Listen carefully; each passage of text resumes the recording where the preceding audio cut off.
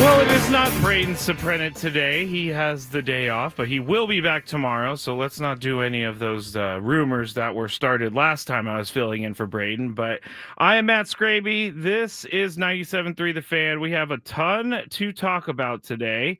And we have so many different facets of the conversation that we need to talk about.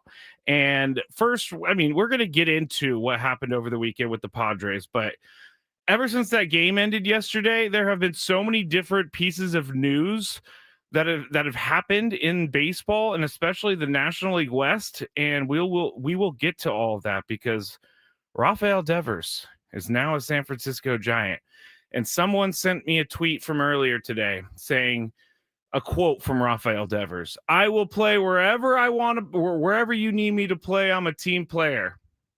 It's a fake tweet, everybody. It's going around. It's I mean, it's one of those accounts talking Basabell, and it gets me all the time because it looks good, and they make it so that it's not super like crazy whatever they're posting. So if you see stuff like that out there, just check the account, make sure that's the right account, because you don't want to be caught almost saying something on the air like I did until I checked the actual name of the Twitter account. But if you would like to watch the show, you can just go to YouTube, search 97.3 The Fan. Also, you can go to Twitter at Matt Skraby. I'm on there as well. We have the U.S. Open to talk about. We have Fernando Tatis Jr. seemingly getting back to form. We have some of the pitching that happened over the weekend. We had two bad losses over the weekend, that is for sure. And then yesterday was a little bit better. We also are going to talk about Tony Gwynn Sr. He passed away 11 years ago today. And with with the me covering the midday show, I wanted to open up the phones for people, because not right now, but I know that every time we talk about Tony Gwynn, either on his birthday or today, we usually get a lot of calls and we usually get a lot of stories about Tony Gwynn. And so I wanted to provide a place for everyone today to be able to share their stories about Tony Gwynn. And we'll do that a little bit later. Sorry, Adam's is giving me.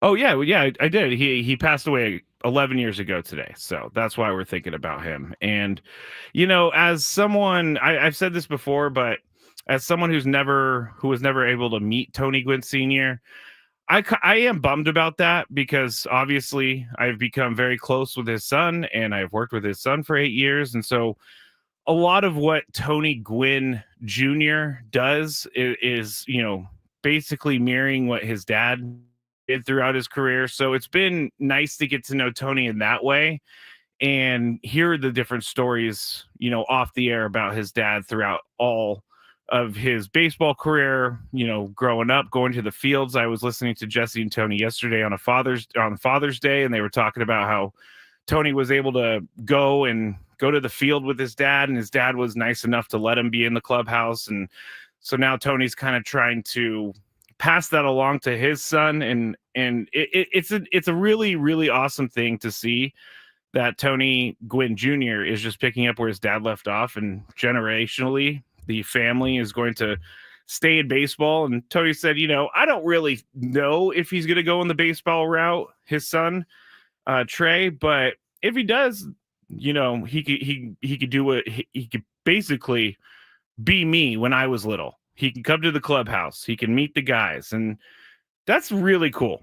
I gotta say, growing up, meeting Fernando Tatis Jr., Manny Machado, all of Jackson Merrill, like that's really cool. And I know that Tony has a certain way, also his dad had rules for him when he went in the clubhouse. And so it's just nice to know that we do have some sort of Tony Gwynn Sr.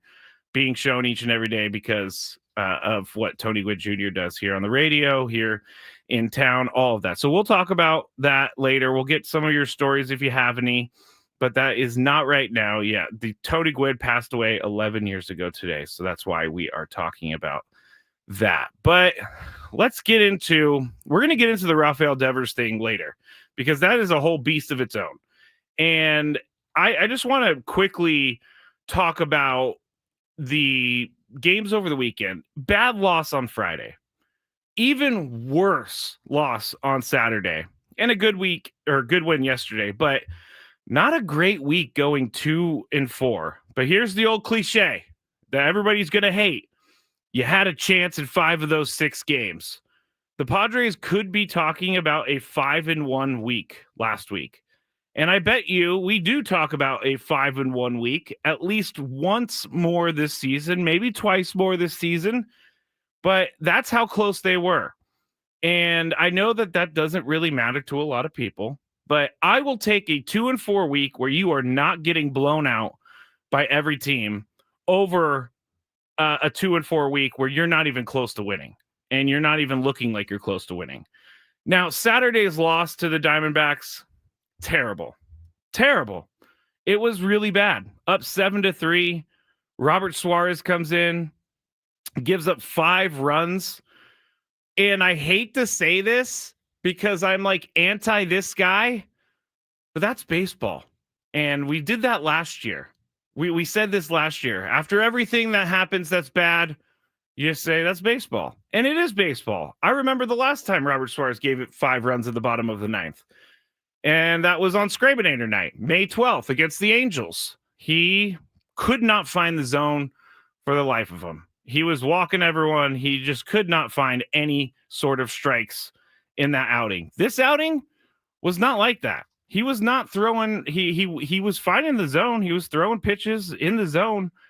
Just the Diamondbacks were able to hit him where no one was at. And then a triple from Perdomo. Like, that is annoying to me because I went and looked it up. And Perdomo has only tripled once this season, and it occurred on Saturday night. He's only tripled like 10 times in his entire career. So those are the things that really, really annoy me. But what annoys me most is that let me start this over. Let's bring it back. What annoys me most is that there's not being anything to me learned from these situations. Like when Robert Suarez, May 12th against the Angels, no one was warming up. And I'm like, all right, that's fine. When Robert Suarez comes into the game, he's a guy that you don't need anyone else warming up because he usually closes the game. But when you see that Robert Suarez is struggling on Saturday night and you need wins and you're playing a division opponent in the Diamondbacks, and all of these wins and all of these games are important because now you play less games against your division opponent and you have a tiebreaker that, down the road could affect the Padres. But I think if you're going to be Mike Shildt and the Padres and you're going to play each game like it's the playoffs, then why not play this game like it was the playoffs? It got away so quickly from Suarez. 5 runs in the bottom of the 9th. And it got away from them, and they had no answer for it. And again, I kind of go towards, why would you be warming someone up for Robert Suarez up 4? And I even see people complaining about Robert Suarez being in the game in general, but I don't know why you would complain about that. If Robert Suarez is good enough to try to protect a 1-run lead, then he's definitely good enough to try and protect a 4-run lead. And they need to get him work. So I understand that as well. But once you see that things are not going the way that you want them to go, I know that they had Maury Hone come in, but it was a little too late. They had already, the game was tied at that point, and all the momentum had been switched towards the Diamondbacks. And those are games that I hope we don't look back on and say, remember that game in June 14th against the Diamondbacks when Robert Suarez gave up 5 runs in the bottom of the 9th and the Diamondbacks walked it off? Hopefully those are not games we're talking about at the end of the year mattering, because 162 games, lots of games to be played in baseball. But when it comes down to the end of the season and you're close in the records, you start looking towards those tiebreakers. And right now, through one series with the Diamondbacks hold the tiebreaker. So it's just, on Saturday night, I was a little perturbed that there was not more of a sense of urgency. Now, did Mike Shildt have other options in the bullpen? I don't know that he does. I don't know right now the roster that he has to choose from gives him many options. And with Rafael Devers being traded to the Giants, you have to think that maybe moves the timeline up a little bit for the Padres on trying to acquire someone to bolster this team. You need a left fielder on this team. You cannot do patchwork in left field anymore. Brandon Lockridge, love that he can play all three outfield positions. Love that he's able to steal some bases. Love that he's able to play great defense. Don't love his offense. And when you get to the bottom of this lineup, it's almost like you get someone on and then you have 7, 8, 9 come up and you can walk out of the room because you know what's going to happen. You can't think that you're going to win in the National League West and win against all the rest of the National League opponents, because that's really all that matters at this point, is beating the National League opponents so that you have something in the tiebreaker at the end. But you're not going to be able to keep up. And with Buster Posey and the Giants seemingly going all in, you got to think that there has not a response. I don't want AJ Preller to make a response, because that's when you make mistakes. When you make a trade out of thin air just because someone else made a trade. I don't want that to happen. I want AJ Preller to make the best trade possible for the Padres. But this does, in my mind, accelerate that timeline a little bit. We haven't even talked about Jackson Merrill getting tagged in the head and on the concussion IL. It's just, it was a bad weekend. And I know that some are going to think that I'm coming off as a doomer, but when you lose 2 of 3 to a division opponent, and one of those games you should have won, and you should have won the series, that irks me and it perturbs me. I don't want to say angers me, because I'm not quite there yet on June 16th. I'm not ready to be angry on June 16th. But I do think this Rafael Devers trade to the Giants from the Red Sox does mean a lot for the Padres, and we'll go through that as we go through the program as well. We're going to talk to Matt Snyder a little bit later in the show, 12:40. We're also going to talk to Sammy Lev at 1:40. He's going to be up at Dodger Stadium. Oh, yeah, did I not mention that Shohei Ohtani is opening tonight for the Dodgers? Did I didn't mention that, because there is so much going on news-wise that we can afford to put that off to the side for a second. Because, honestly, is he going to go more than an inning or two? Probably not. I mean, for a team that doesn't feel like this is a rivalry, or they're not making decisions based upon playing the Padres. And now I know this is all not because of the Padres, but it's always really funny how things happen when the Dodgers end up playing the Padres. And so Ohtani's going to make his return. Maybe because they have no one else. And I read a report from Matt Snyder saying that Roki Sasaki, the Dodgers, this is not official, but the Dodgers do have to plan on life without him for the rest of the season. And again, that's not official. That's not anything that is breaking news. It is just some of the things that people are surmising around baseball about what they've said about Roki Sasaki. He shut down his throwing, so that's not good. Tyler Glasnow still on the IL. Blake Snell on the IL. They have an embarrassment of riches in the pitching department, and it's not even. And they're not, and they still haven't even seen half of what they could from some of these guys.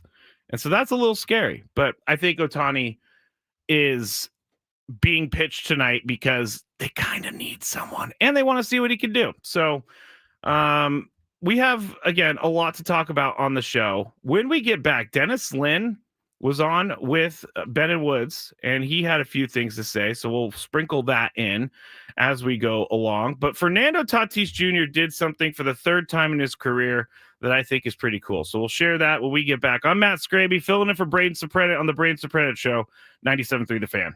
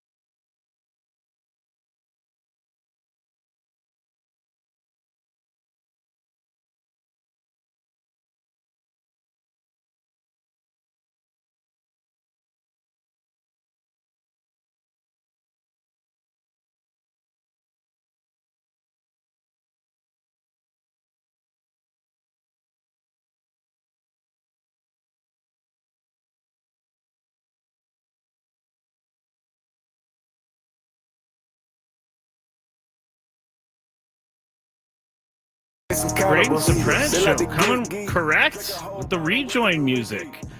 Maybe he got rid of all the country after I shamed him so much the last time I was filling in for Braden. I'm Matt Skraby. This is 97.3 The Fan, Braden Soprano Show. He's going to be back tomorrow. So you just have me for today. Gwynn and Chris will be taking over at 2 p.m. They're going to go all the way to 6:05 p.m. tonight because the Dodgers do it different than everybody else in baseball, and they do their games at 7:10 p.m., which is the old school. I mean, that was just like maybe 5 years ago. All games are at 7:10 p.m., and then COVID switched everything. I like the 6:40 start. I think it's much better for everyone involved, but anyway, that's just my thoughts on the Dodgers fans have a hard enough time arriving on time for a 7:10. that is the joke. 6:40. That is the joke. And I have seen the stadium fill up very late.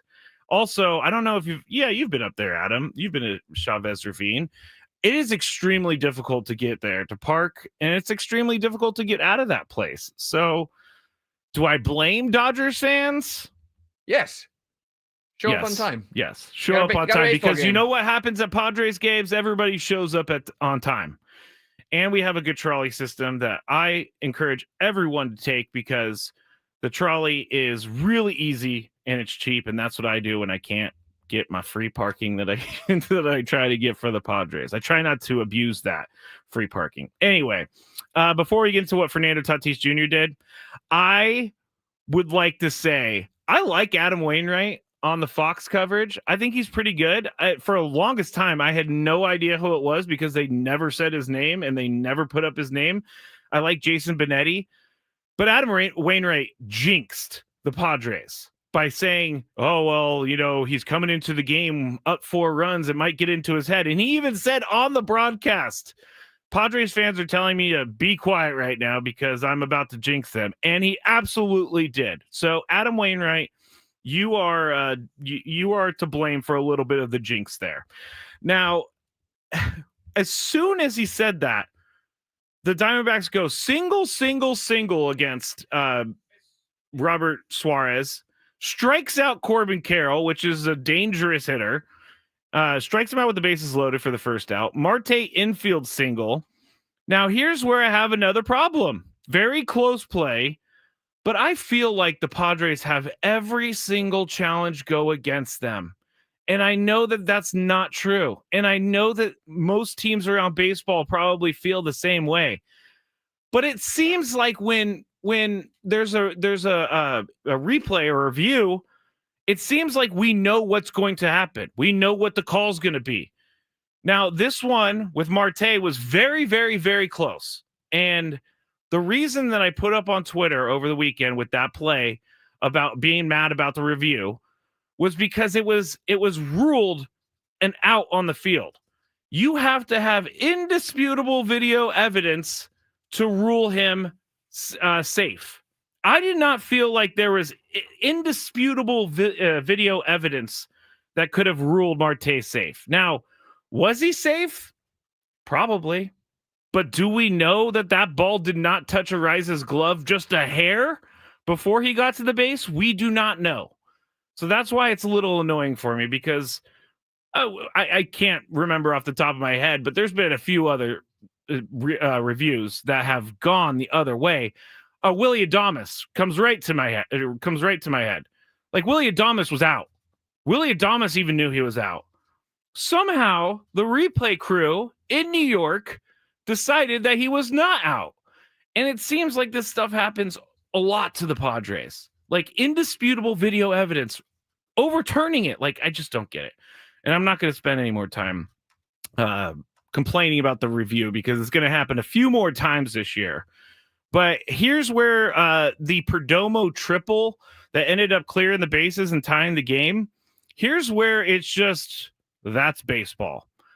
I went and looked at not every single at-bat. I just took the number of at-bats he's had in his career. But I did not go back to every single at-bat. He has tripled in only 0.6% of at-bats in his entire career. That is just terrible luck right there for the Padres. Terrible luck. And it's because Adam Wainwright jinxed them. All right, Fernando Tatis Jr. What did he do for the third time in his career. That puts him in the record books. Here's from OptaStats. Fernando Tatis Jr. had his third career game where he had more hits, doubles, runs scored, and stolen bases than the team he played against today, which was the Diamondbacks. His 3 such games are tied with one of my favorite things about old school baseball players is their name, Heine Zimmerman, for the most by any player in the modern era since 1901. You know what that tells me? That tells me that Fernando is starting to round back into form. And that tells me that Fernando is starting to see the ball well again. And that tells me that Fernando is starting to become the Fernando we saw in April. And he absolutely needs to be that guy right now because this team needs all of their superstars to be superstarring at all times. And he hit 183 in 31 games from May 4th through June 8th. Since then, he's hit 476. He's gone 10 for 21, and he's gotten on base at a 593 clip in the Padres 6 games since then. And oh yeah, he remains the Padres home run leader with 13, despite not having hit a home run since May 27th, which was a 63 at-bat stretch that comprises the longest drought of his career. Thank you to the Kevin Acey newsletter for that. But Fernando is seemingly back. He's hitting the ball hard. Tony's been saying it on Gwynn and Chris many times, like Fernando's looking great. Fernando is seeing the ball better. He's hitting the ball hard. He's starting to get hits. He's starting to take extra bases when he needs to. He's stolen 15 bases on the year. When Fernando is on the bases, he is a menace. And that's what they need. Like yesterday, grounder through the infield, and he hustled for a double because he can. And that's why I know people are not a fan of him doing that by getting out of the box and just hustling for a double when it's a simple grounder to the outfield. But if there's one player on this team that I'm okay with doing that, it's Fernando Tatis Jr. He has been awesome in the last 6 or 7 games. And it's something that we all knew was going to happen at some point. We all knew that he was going to come back and be the Fernando that he has been, and we know he can be. But the longer that his slump went on, the more you never felt like he was going to find it again. But Fernando is way too good of a baseball player to not be the player that we saw. Maybe not all of the player that we saw in April, but he's way too good of a baseball player to not be to not be hitting at least, I don't know, 270 to 300 and having maybe 25, 30, 35 home runs. Like, that's what he's probably going to end up with as long as he doesn't have any injuries. And I'm knocking on the Formica in here. But Fernando, he is what they need right now because Manny Machado cannot do it all on his own. And I don't even want to get started on Luis Ariz because Luis Ariz is he's I don't want to say dead weight, but he's getting as close to dead weight as he can be without hitting 330. So we'll talk about Ariz as we go through the show too. When we get back, Dennis Lynn on with Ben and Woods. He talked about a few things with them that I want to discuss with all of you. Is Fernando turning a corner? Did the Padres look into Rafael Devers? We'll hear from Dennis Lynn when we get back here. I'm Matt Skraby filling in for Braden Soprano on the Braden Soprano Show, 97.3 The Fan.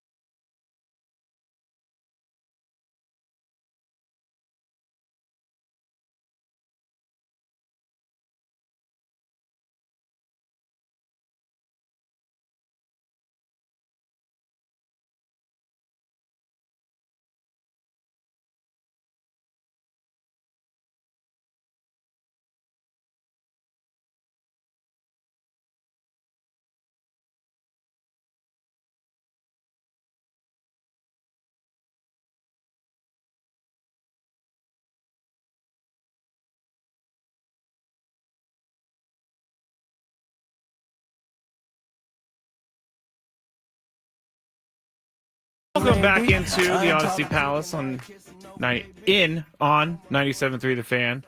I should stop watching TV as I'm trying to talk on the radio, but I'm Matt Skraby, filling in for Braden Soprano. He'll be back tomorrow, and we were just talking about Fernando Tatis Jr. and how he's been great the last couple games. We've been talking about some of the other things going on with the Padres, mainly what happened on Saturday night with Robert Suarez blowing the save. I don't even think it was a save, but he gave up 5 runs and he gave up 5 runs when he was up 4.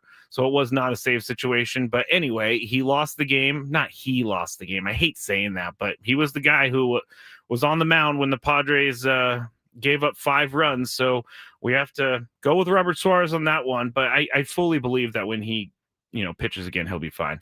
Campusano, though, we'll talk about at some point during the show. But Luis Campusano, he was in the lineup on Saturday as a DH. He went 0 for 4 with 3 Ks.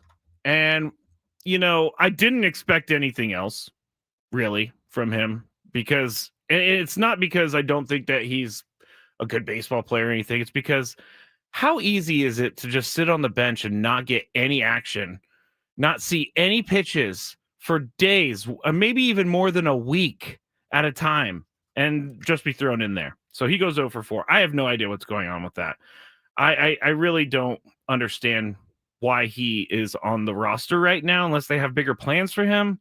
I'm just not sure why he is on the roster, because he's just taking up a spot right now. And they need guys that can help right now. There was a graphic put on the Fox broadcast.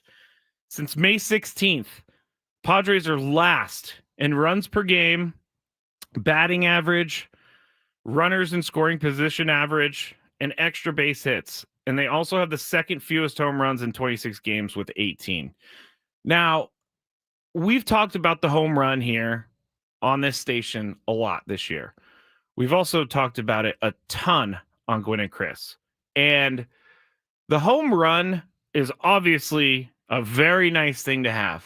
And a 3-run home run is obviously a very, very nice thing to have.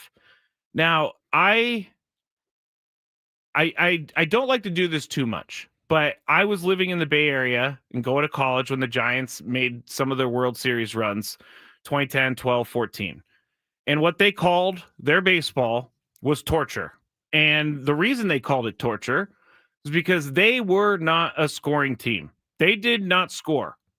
It was one of those things where starting pitching and their relief was so good that they were able to go out there and put up 3 runs a game, and they were able to win enough games to get into the playoffs. Then they got hot, and we all know what happens with good pitching in the playoffs. They end up winning World Series. So can you win a World Series without hitting a bunch of home runs? Yeah. Is it really hard to do it? Yes. Your pitching has to be perfect after that. Your pitching cannot have bad games. And their starters during that time were going deep into Matt Cain, Tim Lincecum, Jonathan Sanchez. They were going deep into the game. And that's not necessarily even the case for the Padres right now. And I want to go through some of the starting pitching decisions that have been made here in the last couple of weeks, because I keep hearing about how the bullpen's been used so much that they are tired, they need some time, but they're also not getting help from their starting pitching. And I don't even think that's because the starting pitching has been bad. I think there's been some short leashes on some of these starting pitchers. Now, who am I to question Mike Schilt when he has Ryan Berger on his 3rd career start? He went 5 innings the other day. He looked pretty good. But some of the other younger pitchers that have started have not been going deep into games. So maybe, kind of, sort of, there is some self-created problem there with the bullpen being tired. We'll talk about that a little bit later. Real quick, though, I want to talk about the U.S. Open, because the U.S. Open, I heard Ben talking about it. He had it so correct. And he was saying that was a perfect U.S. Open. Only one golfer was under par, and that golfer, J.J. Spawn of San Diego State. Now, you may say, where did that guy come from? Why is he all of a sudden good? How did he win? He's not that great. That's not true. J.J. Spawn has been slowly getting better in his PGA Tour finishes throughout the season, and even last year. He came in second at the Players. I think he lost in a playoff in the Players. And he's been making top 10 finishes pretty much all season. And get this. Out of the last 7 majors played in golf since the start of 2024, a San Diego State Aztec has won 3 of them. Xander Schauffele won 2 last year, the PGA and the Open, and JJ Spawn won yesterday. Also, the low amateur came from San Diego State as well. San Diego State is becoming a golf powerhouse. Who would have known? I mean, that's pretty cool, though. Who would have thought that a major championship out of 7 of them since the start of last year, 3 of them would be a San Diego State Aztecs. So that's good stuff. We'll get into JJ Spawn a little bit because he had the most Father's Day win ever by having to go to CVS at 3 a.m. and get something for his daughter because she was sick and throwing up. And then he goes out and he wins the U.S. Open after a rain delay, which I'm surprised that they even finished yesterday. During that rain delay, I kept looking at the clock like, if they don't get back out there, they're not going to finish this thing. This thing's going to go till tomorrow, and then we're all going to have to wait. But they did. They finished it, and JJ Spawn hits a 65-foot putt to win it. And if you don't think that's destiny, then I don't want to know ya, because that is destiny right there. I was like, JJ Spawn, please just put it close. Just all you need is a 2-putt here. He didn't need the 2-putt. He got it down in 1, and he wins the U.S. Open. It was a fun U.S. Open, I have to say. So I wanted to talk about that for a second. We'll talk more about the U.S. Open as we go along. This hour on 97.3 The Fan is brought to you by Tropical Smoothie Cafe. All right, let's go back to the Padres. And Dennis Lynn was on with Ben and Woods this morning. They're Lynn Cider, I believe they call him. And Dennis Lynn was asked, we were just talking about Fernando turning it around a little bit. And Ben and Woods asked Dennis Lynn, is Fernando turning a corner? Yeah, I think if you look at just the last 2 days outside of the bullpen, the Padres are trending up. Small sample, but yeah, they'll definitely take what they're getting from Tatis, at least the last series. I think he was 8 for 13 with a few doubles, and he was running the bases like it was April 2025 again. So yeah, that's hugely encouraging for the Padres because, Manny Machado has really been carrying this offense single-handedly for, weeks now, and he can't do it alone, as evidenced by the team's record, and they really need someone else to get going, especially if Jackson Merrill's going to miss some time. So if they can get the Fernando of April, or even just, halfway there, I know he hasn't hit a home run in feels like 3 weeks or so. But if they can get, the guy they saw in Arizona, that's the huge upgrade over what they had been seeing over the last several weeks when he was having the worst slump of his career. So that would be a huge step in the right direction, and I think they have to be encouraged based on what they saw the past 3 games. I'm definitely encouraged. 3 straight games with multiple hits. He's stealing bases. He's turning singles into doubles. He's playing good defense. He's doing what Fernando does, which is he puts pressure on the opposing defense to make plays when he's on the bases. And he's just so good that he is able to, make those plays for the Padres more often than not. But when you see Fernando get on the bases and you see him steal bases and you see him turning those singles into doubles, you have to think that there is something good a-brewing with Fernando Tatis Jr. I would be cautious if this was like a 1-game thing, but he had 4 hits yesterday. 4 hits is not a fluke. 4 hits is skill and talent. And if he's going to be the Fernando of April, everything is going to get much easier for this team. Everything will get much easier for this team. Now, are we still talking about moving him out of the leadoff spot? I know that Ben and Woods asked Mike Schilt last week if they were going to change up the lineup, and I know that Mike Schilt says they think about it. Didn't really give him an answer, which is total manager stuff. But I don't think you could ever move Fernando out of the leadoff unless he hasn't gotten a hit in like a month, because this is what he does. He sets the tone for the team. You can't put a Rise at the leadoff spot for a number of reasons. First, he doesn't walk. He's not getting on base a lot. He's hitting 270 something.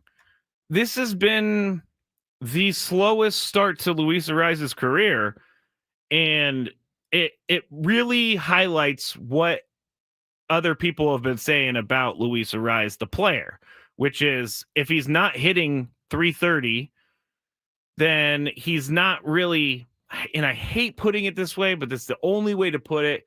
He's not valuable to the team. If he's not hitting 330, if he's not being a batting champion, if he's not driving guys in. Yesterday he had a double that drove in a run. So maybe he's starting to heat up a little bit, but you cannot put him at leadoff. You can't put anyone else at leadoff. Now Jackson Merrill's out of the lineup for at least 7 days. So what are you going to do with that? Are you going to use Trenton Brooks, who was called up? Are you going to have Tyler Wade fill in for Jackson Merrill as Tyler Wade did when Jackson Merrill was out for his hamstring injury? And we all know that Tyler Wade filled in pretty well, to the point where I'm his biggest fan now. And I said he was going to be an MVP. And that was all jokes, everyone, because I do get a few messages here and there like, are you serious? You think that Tyler Wade's the MVP? No, it's all jokes. But if Tyler Wade can come in, play decent center field, which he's a good defender, so I feel like he can. And if he can get on base, he's all good. Like, he doesn't need to be Jackson Merrill. And I thought about this on the way down. Maybe this concussion IL, although you never want anyone to have any sort of head injury and you never want anyone to be injured and have to leave the team, but maybe this is a good reset for him. Maybe he has not been good at the plate lately. And maybe this is something where he can kind of just sit back. He's forced into it by being on the concussion IL. He can take care of himself. I haven't heard anything today, but I know he was woozy after the game on Saturday, and he was still a little woozy when he woke up on Sunday. So that's why they decided to put him on the concussion IL of 7 days. But maybe this is an okay thing for him. Maybe he can reset a little bit. Maybe he could start looking into film. I don't know what he's going to do, but Jackson Merrill needs to turn it around too. But if you can get Tatis and Manny going, they're good enough to carry this team. Now, I got away for a little bit from where I wanted to go with that. But the lineup construction is something that we all have talked about here in the last couple weeks because the offense isn't doing too well. What did Dennis Lynn say? Is there going to be any change in the lineup construction?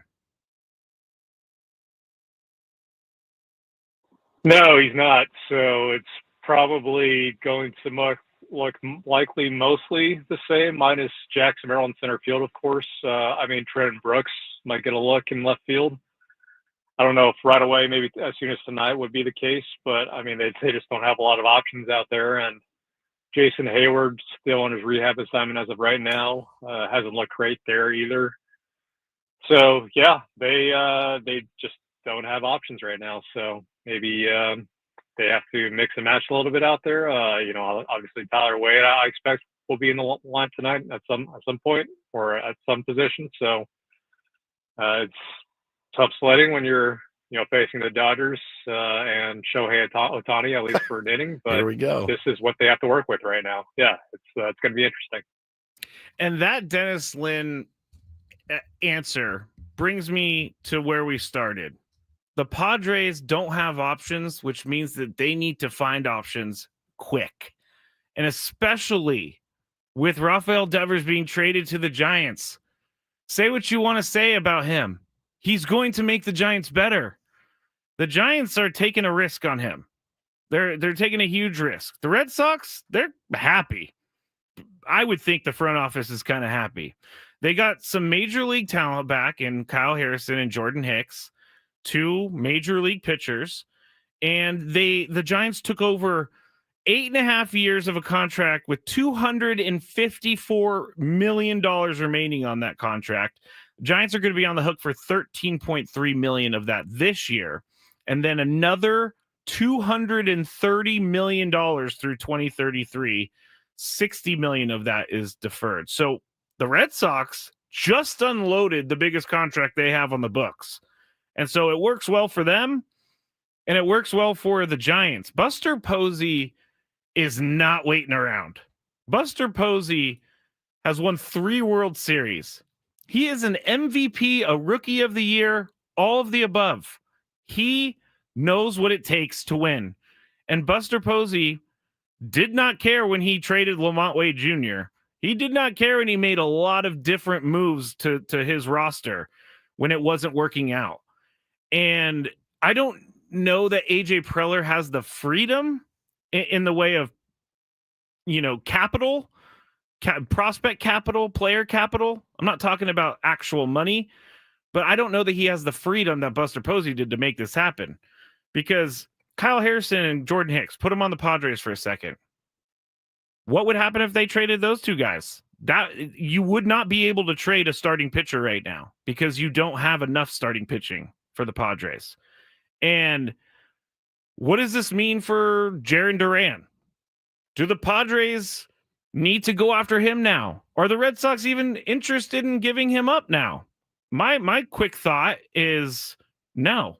Why would they? I mean, yeah, sure, they have a logjam in the outfield a little bit with Wilyer Abreu coming back, but they just traded their biggest bat away. So what makes you think that the Red Sox are looking to trade Jarren Duran now? Outside of them going into a rebuild, which would be kind of crazy because they're right there with the wild card. I think they're like a half game back from the wild card. So why are you rebuilding during a year that you're competing? And I saw a lot of fans were very happy about Rafael Devers being traded from the Red Sox to the Giants.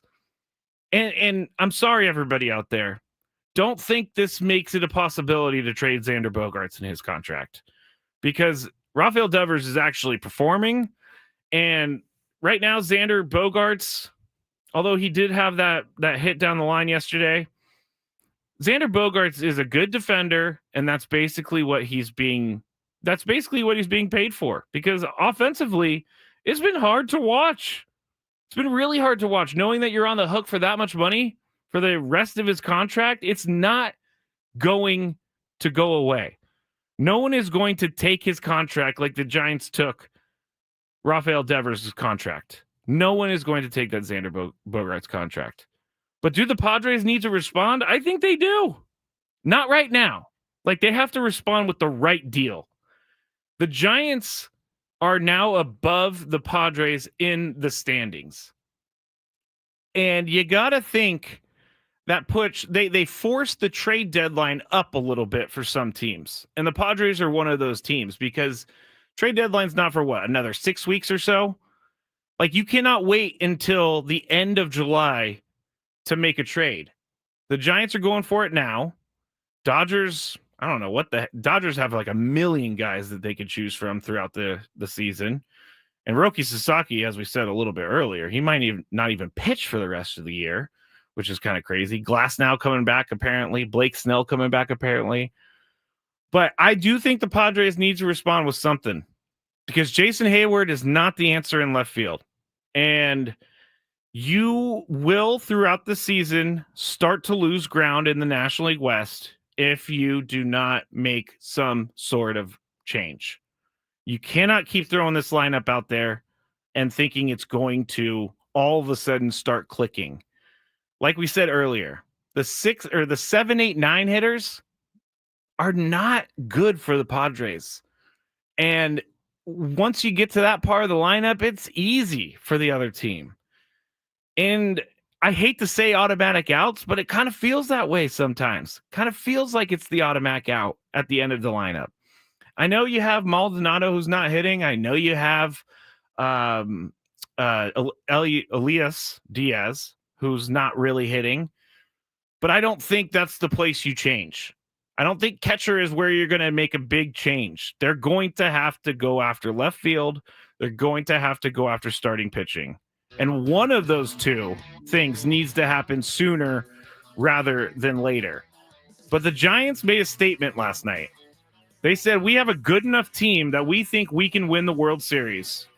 And we're going to go out and we're going to get a player that is going to help us now.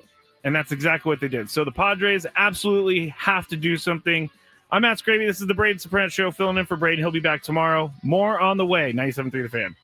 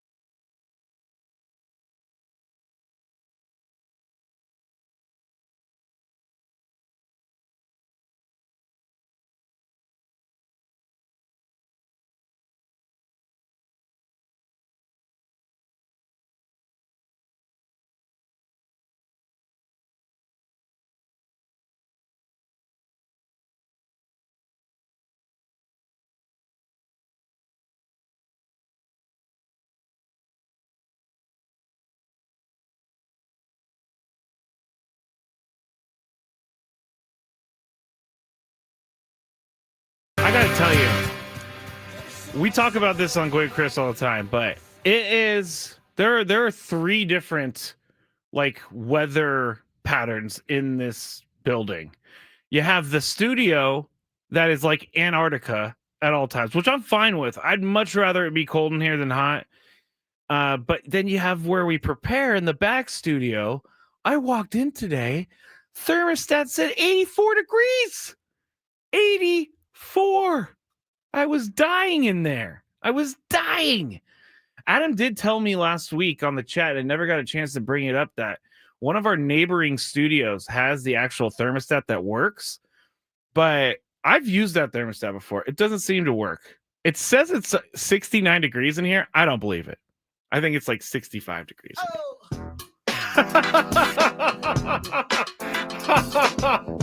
That's Adam Klug on the ones and twos over there. I love it. Good gracious. I'm not even going to go there because I am a terrible rapper. But, you know, I actually asked Chris if he knew that song last week randomly, and he did, which was very, very strange. Oh, my gosh, that scared me. But there were window washers that are coming up the building over there. And no one can see what I'm talking about, so I'll just keep moving on. We're talking about the Padres. We're talking about the trade that the Giants just made to acquire Rafael Devers. Now, if you want to be a Red Sox fan, here, this is the tweet that tells you maybe you don't want to be a Red Sox fan. Mookie Betts, Rafael Devers, and Chris Sale. Those three players have been traded by the Red Sox in the last like 6-7 years.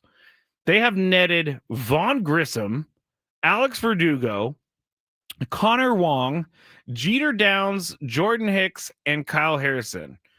Those trades, according to this tweet, which is a funny comment, would have the Red Sox kicked out of a fantasy league, which is true. That would have the Red Sox kicked out of a fantasy league. Now we know why the Red Sox haven't really been competing the last couple of years. I mean, we talk about, would people be happy if they were to trade Xander Bogaerts for a bunch of not nobodies, but middle tier guys? I guarantee we hear complaints from people if Xander Bogaerts was traded for Vaughn Grissom, Alex Verdugo, and Connor Wong. Like that would not go over well. So I guess it's like beauty is in the eye of the beholder, and Mookie Betts, Rafael Devers, and Chris Sale have all gone on to do very, very good things on their other teams that they have made it to. The Dodgers won a World Series. Chris Sale won a Cy Young.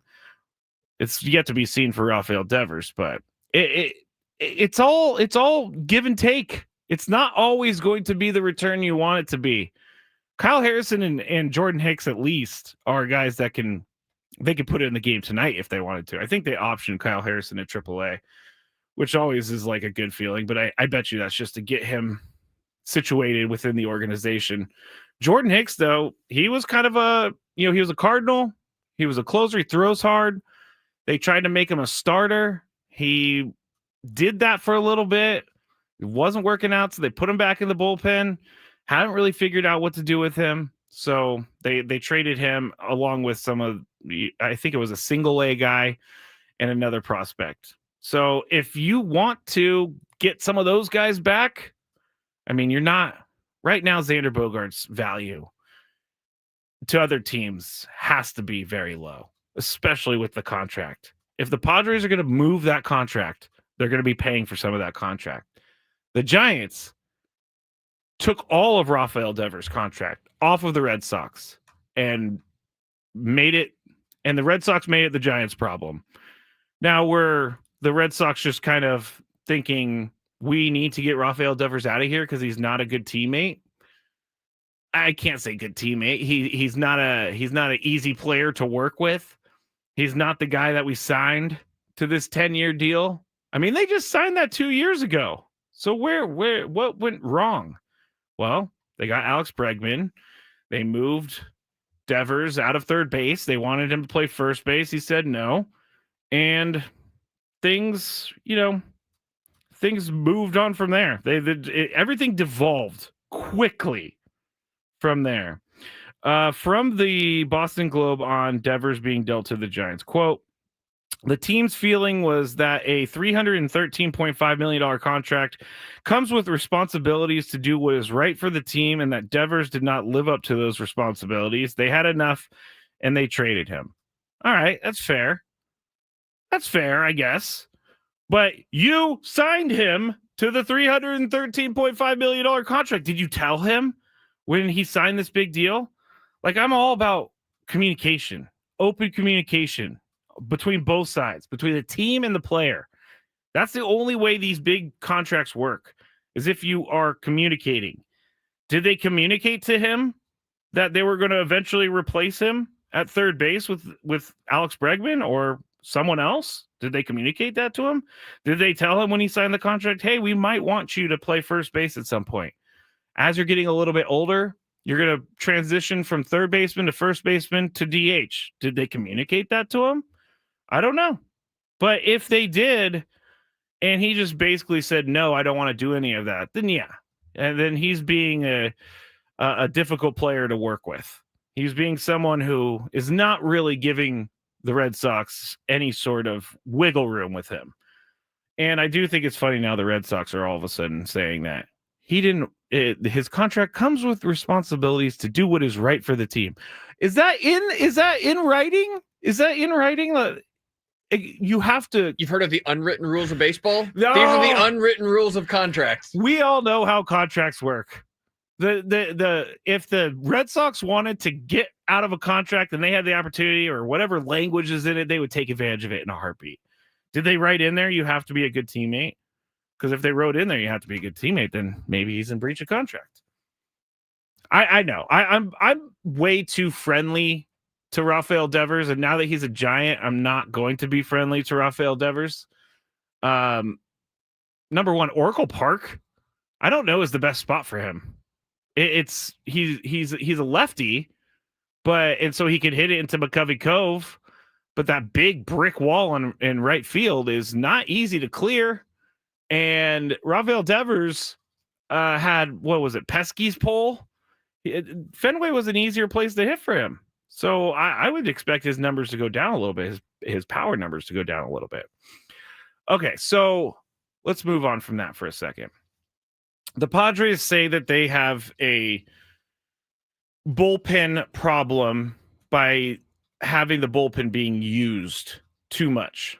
Well, I think that they have a decision problem because they're not allowing some of the guys, the starters, to work as long as they could work. Now, Randy Vasquez last week, I made a big old deal about it when he came out of the game on Wednesday against the Dodgers. Big old deal about it. He went 4 2/3, I believe. Ohtani coming back around. I understand his third time through the lineup, Randy Vasquez is not good. It's over 350. I think it was like 360 batting average on that.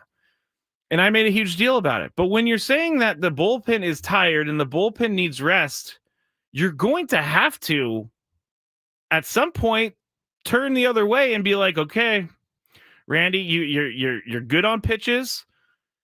We're going to have you face Ohtani for the third time. And we need you to go 6. So can he go 6?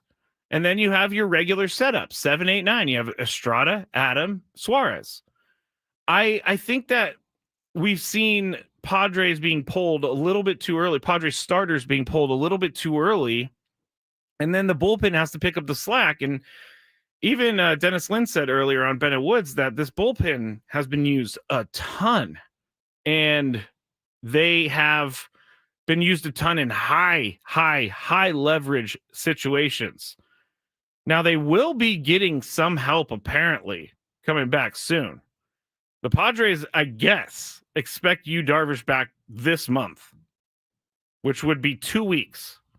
I hate to say that I don't believe it, but I don't believe it because we've been kind of hearing this for a little bit now. Yu Darvish making his way back. You know, he has updates, good updates from time to time, but Yu Darvish, if he's back this month, I'm going to wait till I see it, but that would be a major help for this rotation.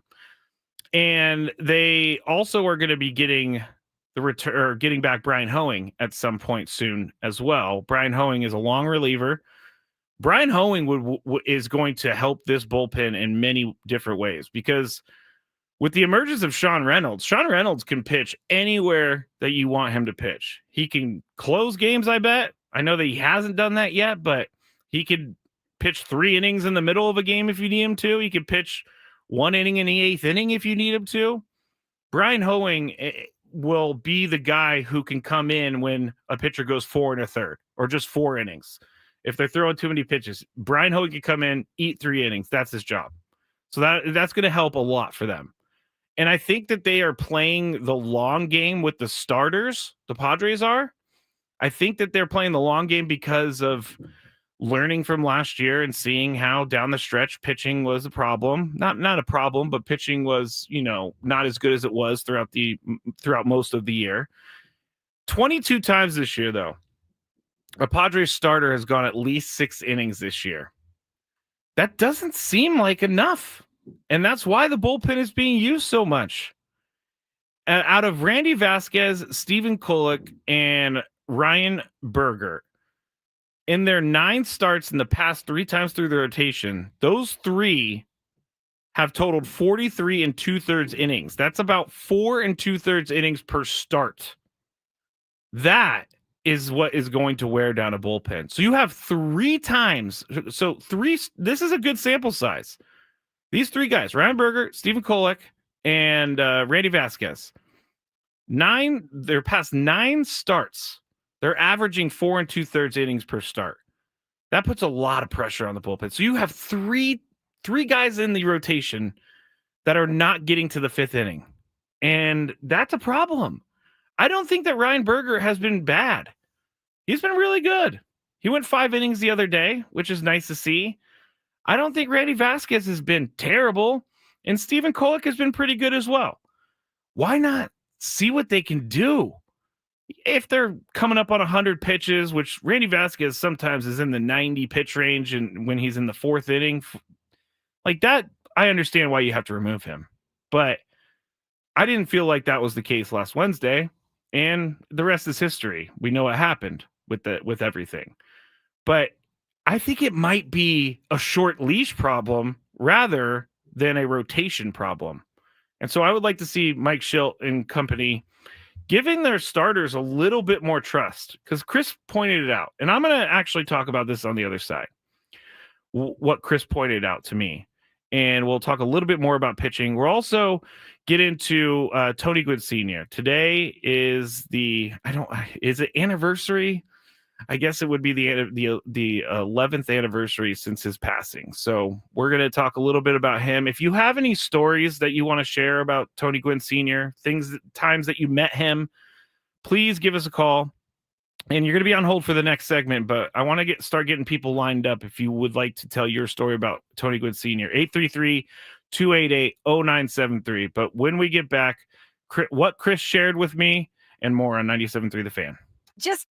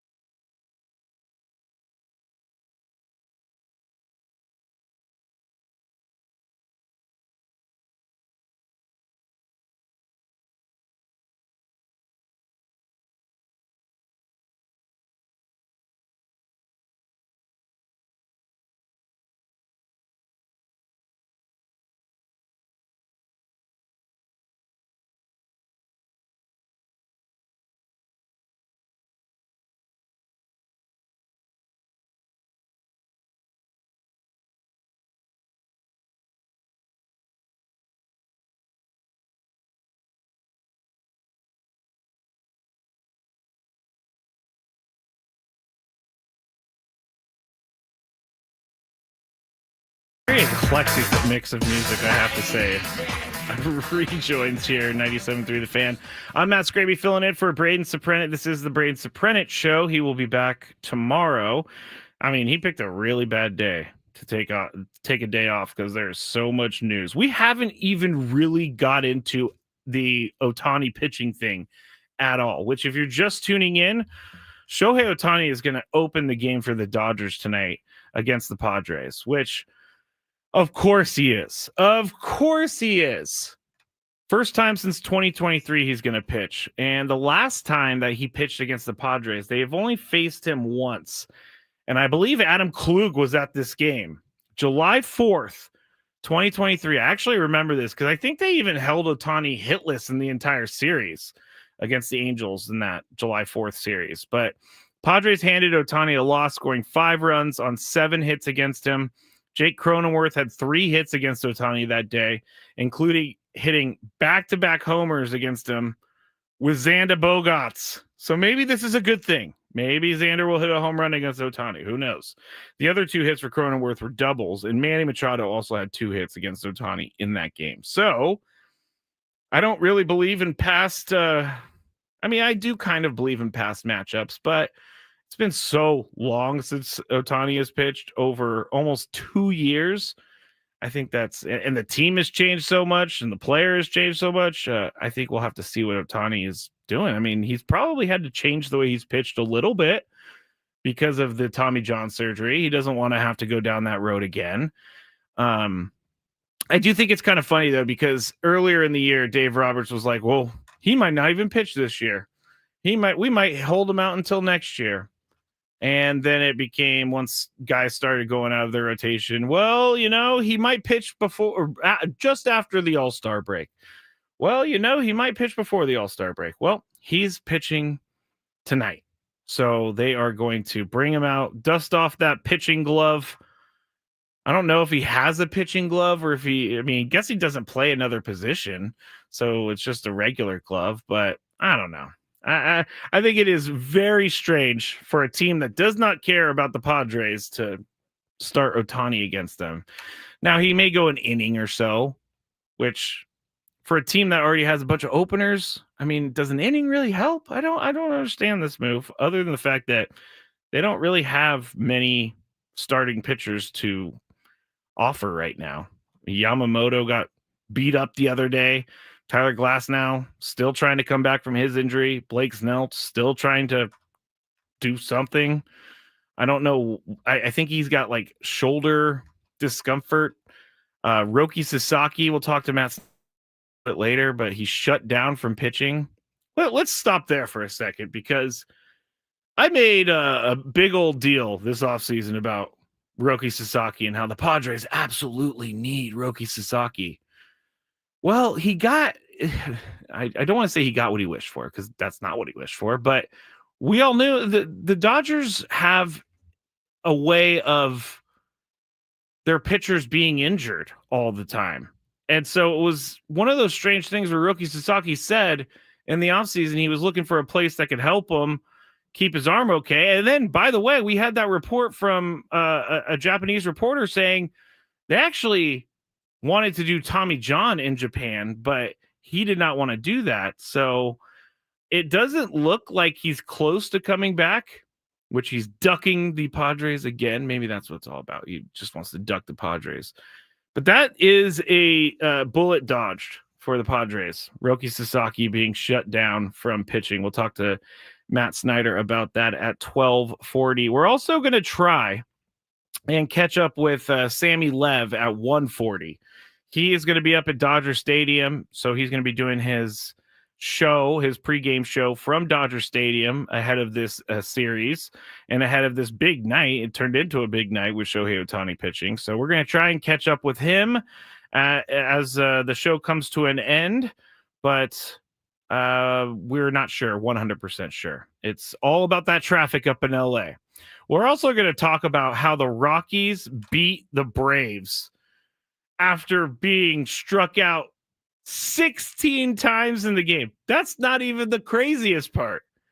They struck out 16 times. Grant Holmes, the starter for the Braves, struck him out 15 times. You would think the Braves would win that game all day, right? They lost 10-1.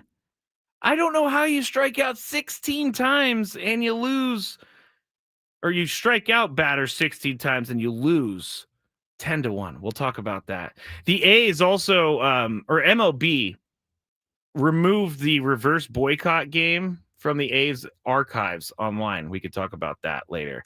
Also, this is just kind of my random potpourri that we're going to talk about as the show comes to an end. But Tyler Hero, star for the Miami Heat, he doesn't believe in any of the history that's he doesn't believe in anything before 1950. So I don't even know if we'll give him any more time than that, but that is on the docket a little bit later. But we are talking about the Padres. Also, it's been 11 years since Tony Gwynn Sr. passed away. And so we wanted to stop down, tell stories, talk about his life. If you have any stories from meeting him, if you have any thoughts about him and maybe even Tony Gwynn Jr. and how Tony Gwynn Jr. is a living legacy to Tony Gwynn Sr., you could join us. 833-288-0973. But I know I always get stories about Tony Gwynn Sr., and I love it because I did not get to meet him. And he was obviously, the more I do this job and the more I've worked with Tony and Chris, the more I realize just how important Tony Gwynn Sr. was to San Diego and just how important he is to Padres fans. And I know all of you have stories out there about Tony Gwynn Sr., so I want to hear them. I want to hear the time that you met him. I want to hear the time that he made a joke or something. I want to hear one time we heard that he got ejected from a college baseball game, was walking back to his hotel. Someone asked for an autograph, and while he was angry, he still signed that autograph. So if you have stories like that, give us a call, 833-288-0973. Now, Dennis Lynn, I wanted to play this because Dennis Lynn was on with Ben and Woods this morning. And we've been talking about Rafael Devers. We've been talking about the Giants trading for him. But did the Padres look into trading for Rafael Devers? Yeah, I mean, it's probably, I don't know the exact nature of what took place between him and Breslow. He tends to check in on everybody in the league. All the time. But I would imagine from the Red Sox, exactly, from the Red Sox side of things, when you hear potentially, hey, you have to take back Xander Bogaerts and the rest of his $280 million contract, that's a pretty quick hang up from the Red Sox side as well. So I don't think there was anything that was serious there. Obviously, Preller's going to check in again on pretty much everybody. It's just a matter of what he can get done at this point.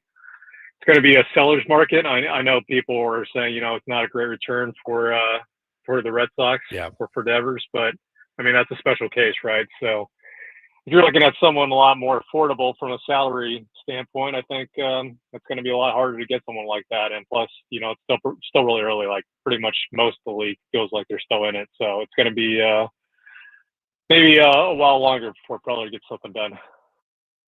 Well, I never thought that the Padres were in on Devers. I thought that obviously AJ checked it out because that's what AJ does, but there's no way that they could take on his contract. Zero chance that they could take on his contract, especially since the Red Sox got rid of the entire contract, the entire remaining contract, which is 8 years and $250 million, $254 million. There's just no way. So when I saw this news come down, I thought, okay, AJ probably talked to them and was wondering if the Red Sox was going to pay for any of his contract. And the answer is no. So they went ahead and, let the Giants make that trade.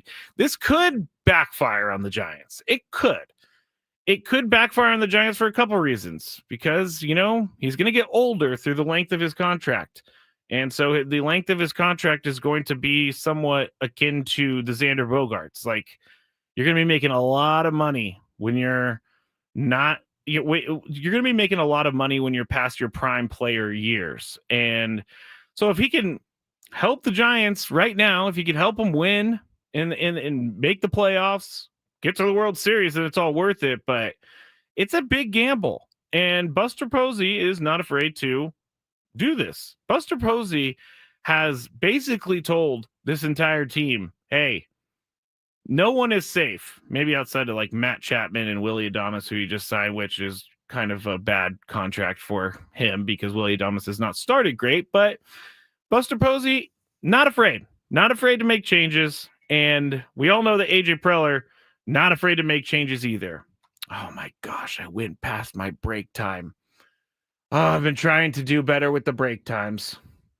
And I went past it, and Adam's giving me the look. You know what's really funny is that I give Chris such a hard time about getting out on break. And I got to say, Chris has been very good lately about getting out on break or getting out on time most of the time since like maybe the last month or so. But here I am flapping my gums and I go over the break time. So I'm going to stay with you here for a couple minutes. We have a couple phone calls on the line. Again. Again, yes.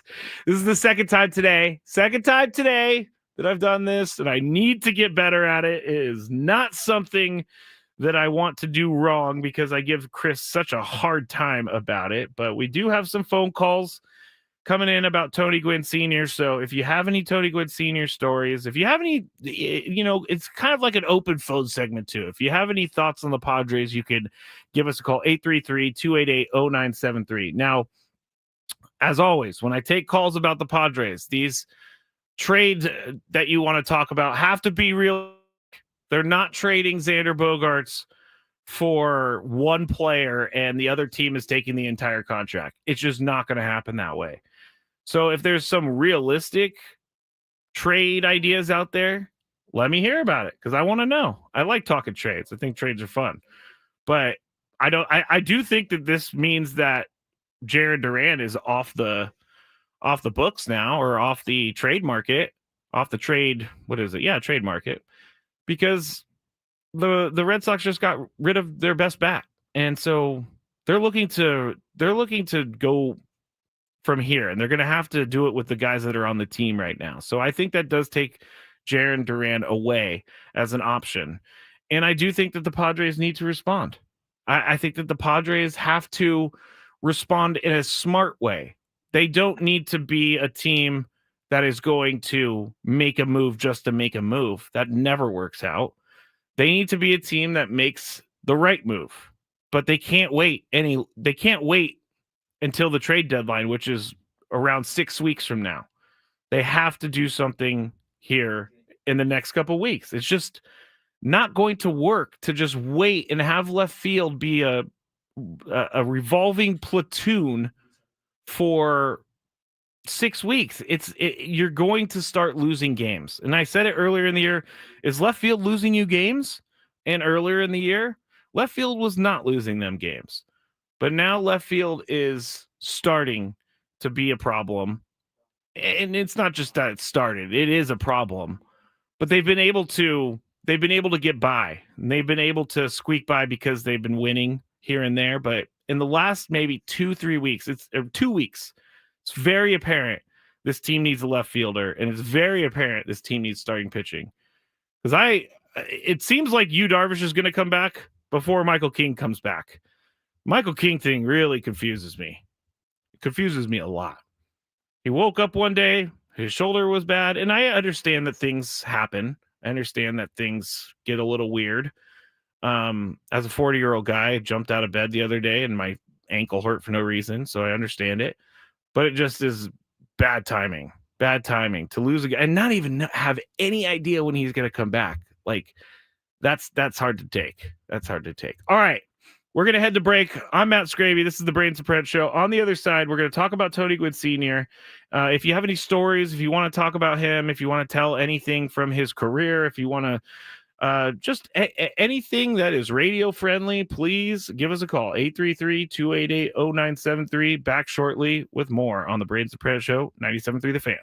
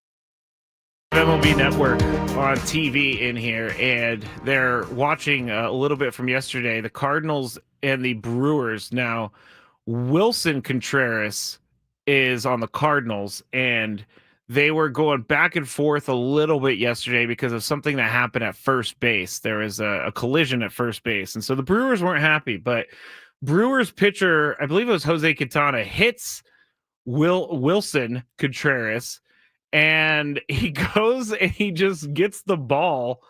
It bounces off of his arm down the third base line. He goes and he grabs the ball and he goes over to Quintana and puts the ball right into his glove. Like, there you go, buddy, and gives him a little pat on the back. So I think that diffused things a little bit, but both Contreras brothers playing each other, that would be kind of cool. You know, my brother and I are not athletes, although my brother is a firefighter, so he might be a little bit better of an athlete than I am. But that would be kind of cool to be able to play in a big league game against your brother. I think that would be awesome. All right, we're talking about Tony Gwynn Sr. Unfortunately, 11 years ago today, he passed away, and we wanted to make sure that we took some time for him today because of how important he is to San Diego, how important he is to everybody out there, and how important he is to the station. And I mean, without Tony Gwynn Sr., Padres baseball looks a little bit different, and Padres baseball in San Diego looks a lot different. So he was one of the guys, if not the guy, who helped build the Padres fan base into the fan base that they have right now. And I love that the Padres will not forget Tony Gwynn Sr. And they honor him all the time. They have bobbleheads for him, and they should, because he was Padres baseball for years and years and years and years and years. And one of the cool things about working with his son is that I get to hear all the stories of people meeting Tony Gwynn Sr. and the times that he personally touched them and personally did things for them that I don't really ever hear professional athletes do. Like, I will never forget, and this is not a Tony Gwynn Sr. story. I'm going the complete opposite way. I will never forget the time that we saw, I think I was like 8 or 9. Reggie Miller was at a Chinese food restaurant in Chicago.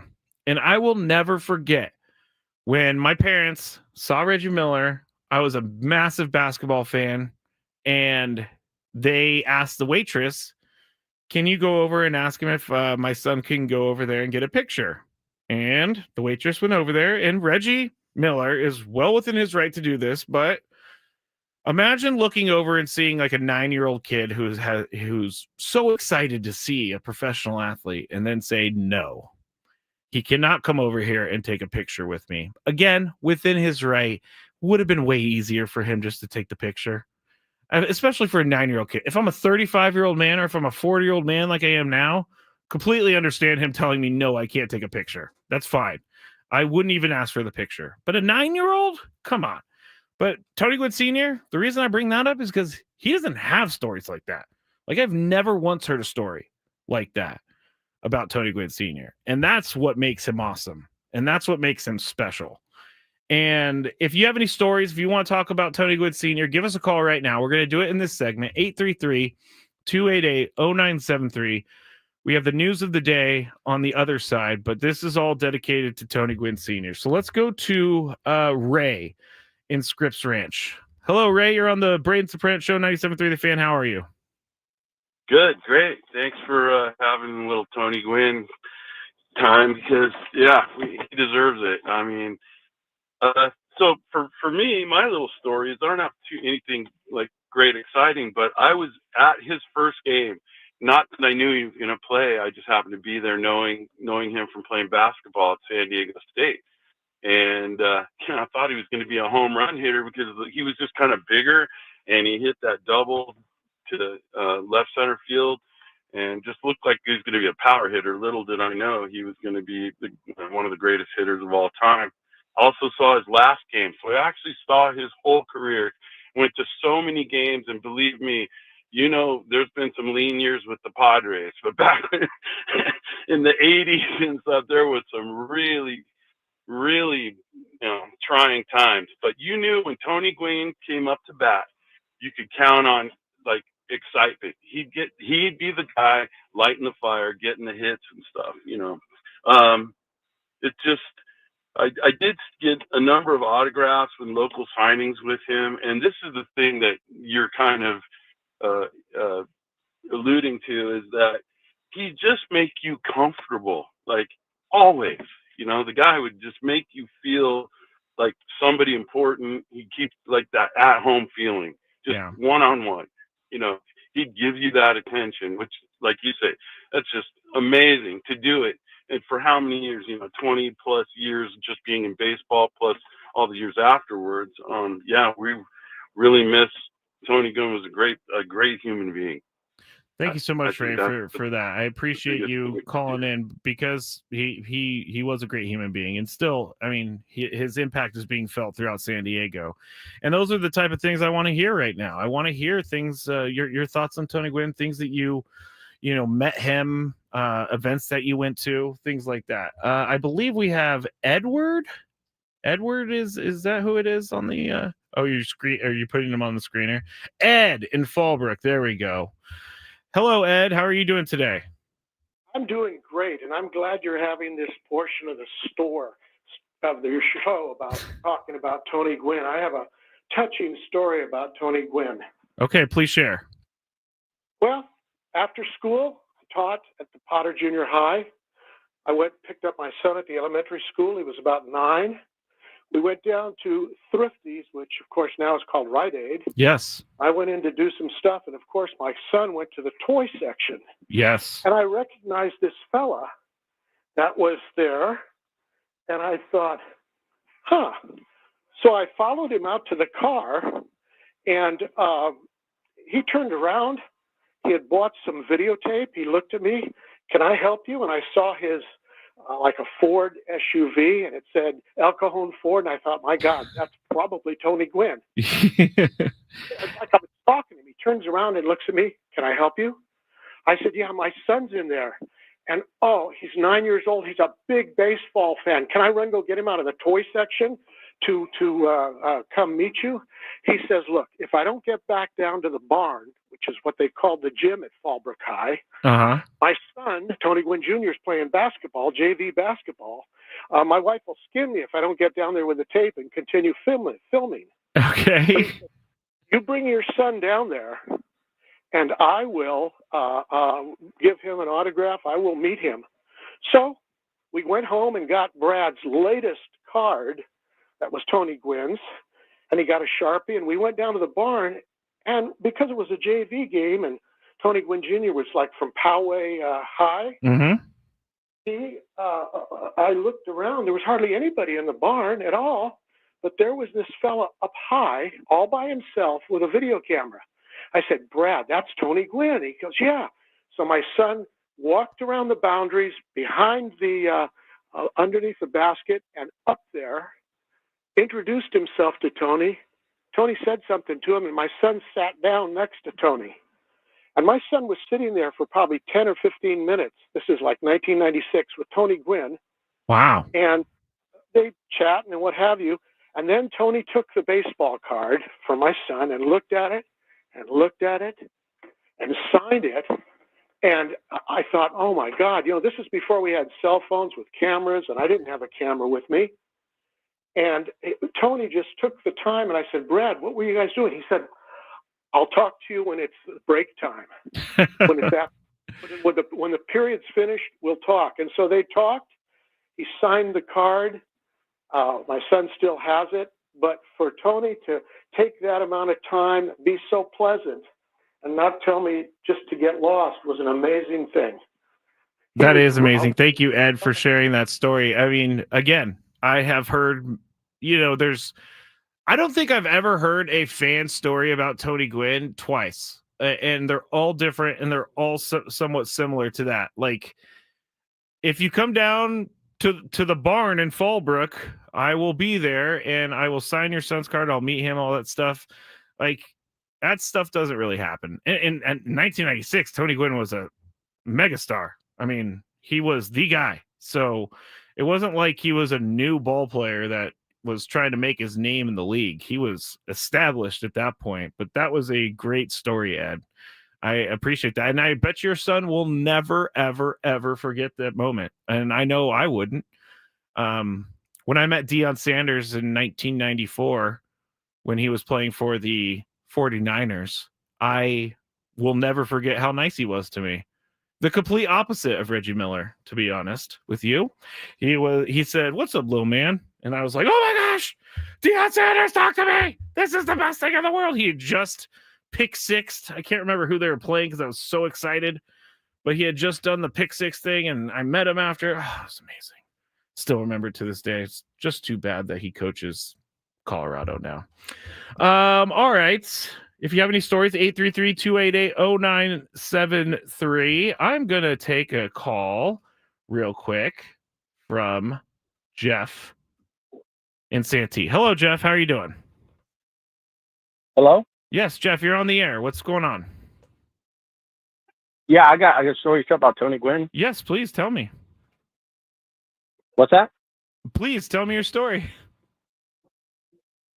Yeah, hey, I've actually told this story to Mr. John Katera when he was on the show several years ago. But I met Tony Gwynn back in 1996. I overheard the other guy say I think the same year. But anyway, I worked for a large corporation that had a video department, and Tony had arranged to come in and do a commercial for YMCA.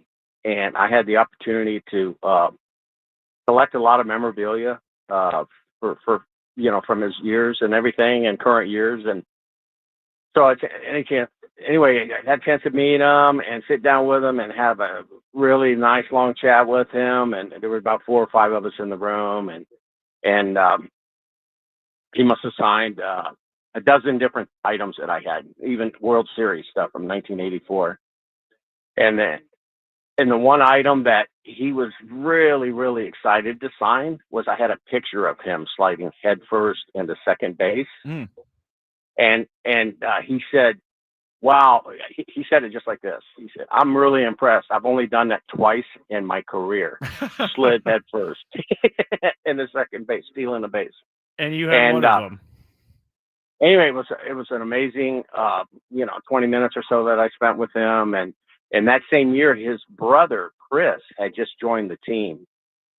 And when I brought that up, I mean, that brought so much excitement and joy to his face when I brought that up. He was so excited to be able to play with his brother in 1996. I think he only played maybe the 1 year or something. I'm not sure. But anyway, that was my experience with Tony. I'll never forget it. And by the way, my son's first and middle name are the same as his, Anthony Keith. So wow. I'm very proud of that too. Yes. Yeah. So that's what he meant to me, and he'll always have a special place in my heart. Well, thank you very much, Jeff, for sharing that story. That is, Anthony, naming someone Anthony Keith, that's pretty permanent, obviously, but you had a guy that you named him after that's pretty good. So I don't think you're ever going to regret that. And I'm trying to see. Let's take one more phone call before the end of the break. I'm loving these. So 833-288-0973. Let's go to Ronald. Ronald, you're on the Braden Soprano Show, 97.3 The Fan. How are you?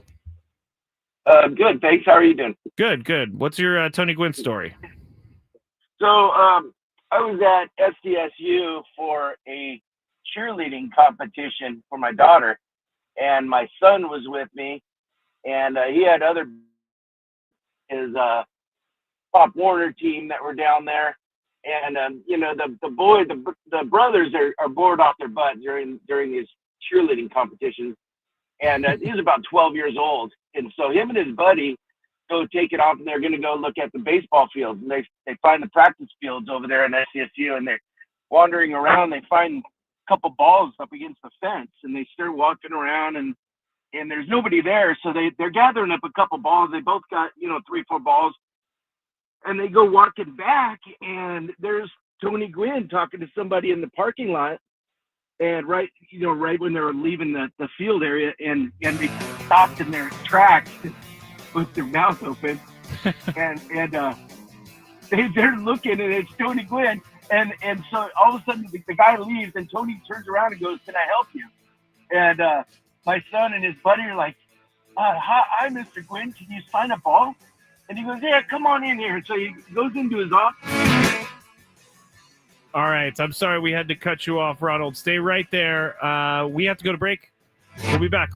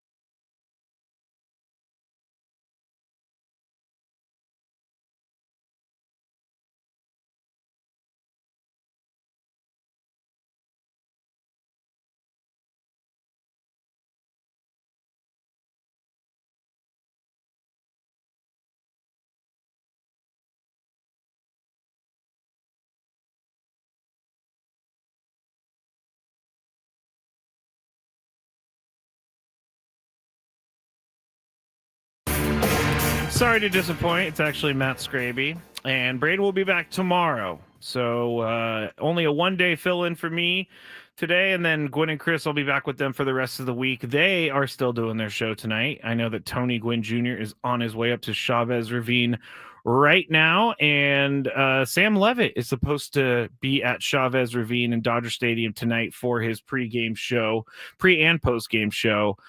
Because there is, a big series coming up. 4 games against the Dodgers this week. Shohei Ohtani starting tonight's game for the Dodgers. Now, how long will he go? No one really knows. But we're assuming an inning or two, most likely an inning, and we'll see what he can bring. Hopefully the Padres can just break through against him in the first inning, put some runs up, not have to worry about it. But I am very curious to see how he pitches after nearly 2 years without having pitched in a game. The last game, or not the last game, but the last game he pitched against the Padres was on July 4th, 2023. Padres scored 5 runs on 7 hits against him. Jake Cronenworth had 3 hits against Ohtani, including hitting back-to-back homers against him with Xander Bogaerts, so maybe that'll get him going. And then the other 2 hits for Cronenworth were doubles. Manny Machado also had 2 hits against Ohtani in that game. So he is going to be pitching tonight. We're going to have to see what the lineup looks like for the Padres tonight. And you know what? I will do that in just a second. I'll tell you all about that in just a second. This noon lunch hour is brought to you by the Craft Taco. Bold flavors at 2 locations, Sereno Valley and inside Balboa Park's Natural History Museum. It is noon, which means it is time for us to get the news of the day.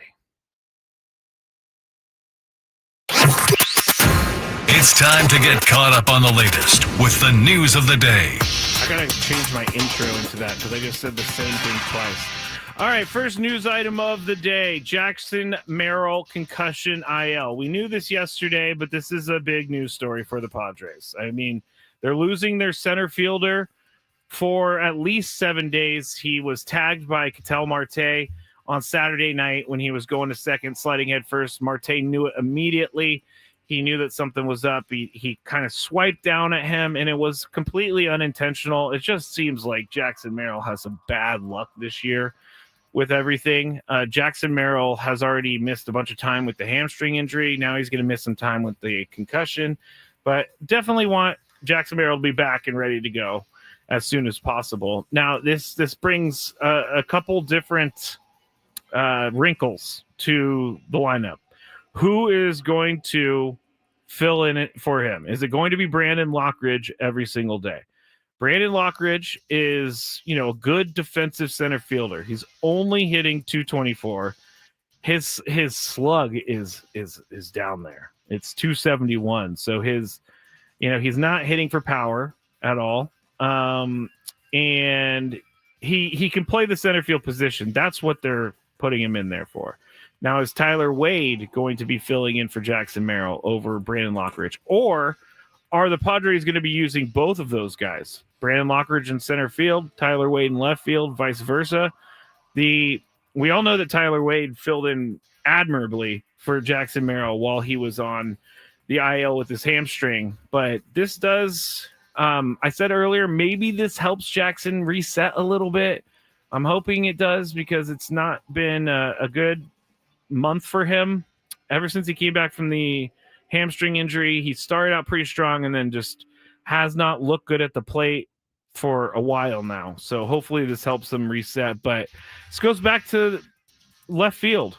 And who are you going to put there? Yesterday it was Gavin Sheets. Gavin Sheets did go 2 for 4 yesterday. And then the next segment, we're going to talk about Gavin Sheets and whether or not he's just an everyday lineup guy. Right now, he is. But we'll go through some of his numbers, and you can make the case that he is not an everyday lineup guy, even though Gavin Sheets has been hitting pretty well lately, and he hit a home run on Saturday night. So Jackson Merrill going on the concussion IL, many different ripples from that. And again, I don't think Ketel Marte did it on purpose. In fact, you could see his face in the replay like, ooh, I just tagged that guy really hard on the head. Everybody come out here and check on him. Second news story of the day. We've been talking a lot about this, but Rafael Devers has been traded to the Giants. It's official. and he has been traded by the Red Sox. So he is now going to be the Giants DH, and possibly, who knows, maybe a defender while Matt Chapman's out. We don't know yet what he's going to do, but he is going to be in the Giants uniform, and he is taking all of his salary with him from Boston to San Francisco. So there is the catch for the Giants. They have to pay 8.5 years, $254 million. But this has not been a good look for either side. Devers for not being a good teammate and playing where he's needed to be played, some may say. And, I don't think that I don't think Rafael Devers handled this as well as he could have. He could have done a lot of this closed doors, but behind closed doors. The Red Sox didn't handle it well either, because it doesn't seem like they communicated with him at all. Like, you just got to talk to your player. And so both sides are to blame for this, but the divorce has happened and he is now in San Francisco. The Red Sox get back Kyle Harrison, Jordan Hicks, and a couple minor league guys. So they didn't really give up much. Either way you look at it, it's kind of a slam dunk trade for the Giants, because they did not give up as much as you would think you need to give up for Rafael Devers. Yes, the Padres checked in on it, but his price was just too high, and I don't blame the Padres for passing on Rafael Devers. All right, third news story of the day. Yankees DH Giancarlo Stanton is expected to come off the injured list today to make his season debut against the Angels. They need some lineup options, and so this is going to be good for the Yankees. They just got swept by the Red Sox. The Red Sox, back to them for a second, trading Rafael Devers is kind of strange because they're in contention. So it's like they trade their best bat while they're in contention, but they just ended up sweeping the Yankees. Stanton was sidelined through Sunday with tendon injuries in both elbows, and he was eligible for reinstatement in late May, but the Yankees didn't want to rush him back. So I didn't realize he was 35 years old, but he is going to be coming back for the Yankees. So look forward to that if you are a fantasy baseball player or a Yankee fan. And then another news story that we need to talk about. Joey Chestnut returns to the Nathan's hot dog eating contest. He tweeted out earlier today, "I'm thrilled to be returning to the Nathan's famous 4th of July hot dog eating contest. This event means the world to me. It's a cherished tradition, a celebration of American culture, and a huge part of my life." Now, you may remember last year, he wasn't allowed to compete last year because he was sponsored by a plant-based hot dog. And so the Nathan's Famous said, nope, since you are repping another hot dog, you are not allowed to compete. Which, hey, Nathan's hot dog eating contest, like Joey Chestnut, you should give him whatever he wants, because he's the only reason that people watch this thing anymore, because he eats like 80 hot dogs. It's insane. 16-time champion. He missed it last year, but he'll be back, and I'm assuming he's going to win. I still haven't had a plant-based hot dog. I don't think it would taste very good. Maybe it would. I've had a plant-based burger before, and it tastes all right, but if you're going to be eating a hot dog, you got to be eating the real thing. Nathan's famous hot dog. Last news story. JJ Spawn, San Diego State golfer, has won the U.S. Open. He finished 1 under par, the only player in the field to finish 1 under par. And I was just reading in the break about Adam Scott, who was at the top of the leaderboard for most of the tournament.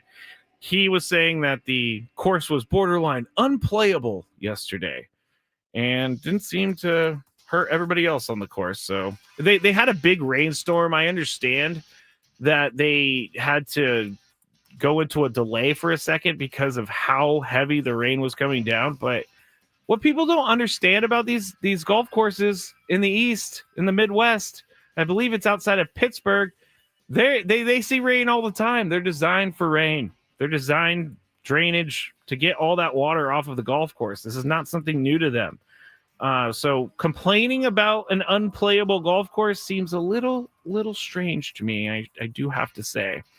But JJ Spawn totally does the Father's Day thing. Daughter wakes up sick on Sunday morning around 3 a.m. He goes to CVS. He gets something for his daughter and then goes and wins the U.S. Open. His start, though, was brutal. he was finding himself in some of the weirdest positions. He was hitting he was taking baseball swings. One of the swings he had, the ball was like knee level while he was standing in the bunker. He was just taking baseball swings at it. But the shots that he made, and then the 65-foot birdie to win the tournament was incredible. It was so good. And I know that we're efforting trying to get JJ Spawn on the station at some point this week. So stay tuned for that, because he definitely needs to be discussed and talked to here in San Diego after winning the US Open. And here's that other stat that I gave earlier in the show. Out of the last 7 majors played in golf since the start of 2024, a San Diego State Aztec has won 3 of them. Xander Schauffele won 2 last year, the PGA Championship and the Open Championship. And JJ Spawn won the US Open yesterday. I have to say, I was going back and forth on my TV, and I really needed like that picture-in-picture, which I don't know that TVs have anymore. But when the delay happened, everybody was upset that they were playing the 2008 US Open. I don't know why they were upset for that, but that's what NBC showed. All right, that's it for news of the day. When we get back, let's get into Gavin Sheets a little bit, and let's talk about whether or not he is an everyday player for this team. I'm Matt Skraby. This is Braden Soprenet, the Braden Soprenet Show on 97.3 The Fan.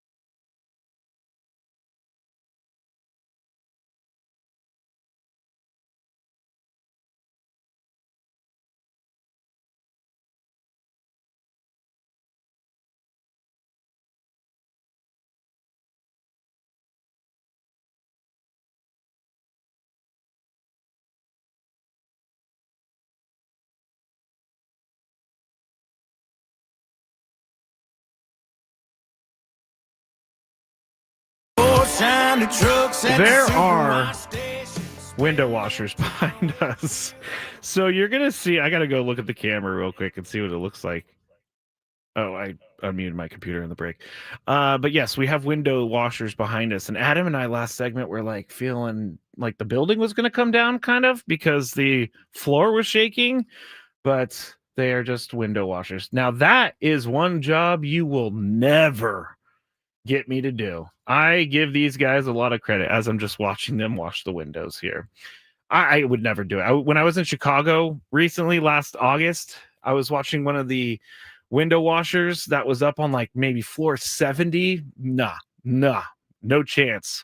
I am not afraid of a lot of things, but I am really afraid of heights. I hate heights so much. Even though I've skydived before, even though someone tried to get me. Yeah, Adam's giving me the look like you skydive before, but you're afraid of heights. It's different. I was forced out of the plane because my brother was on my back and we jumped out of the plane together. So I didn't have a choice at that point. I was already attached to him, and I jumped out of the plane. I've done it twice. It's really fun.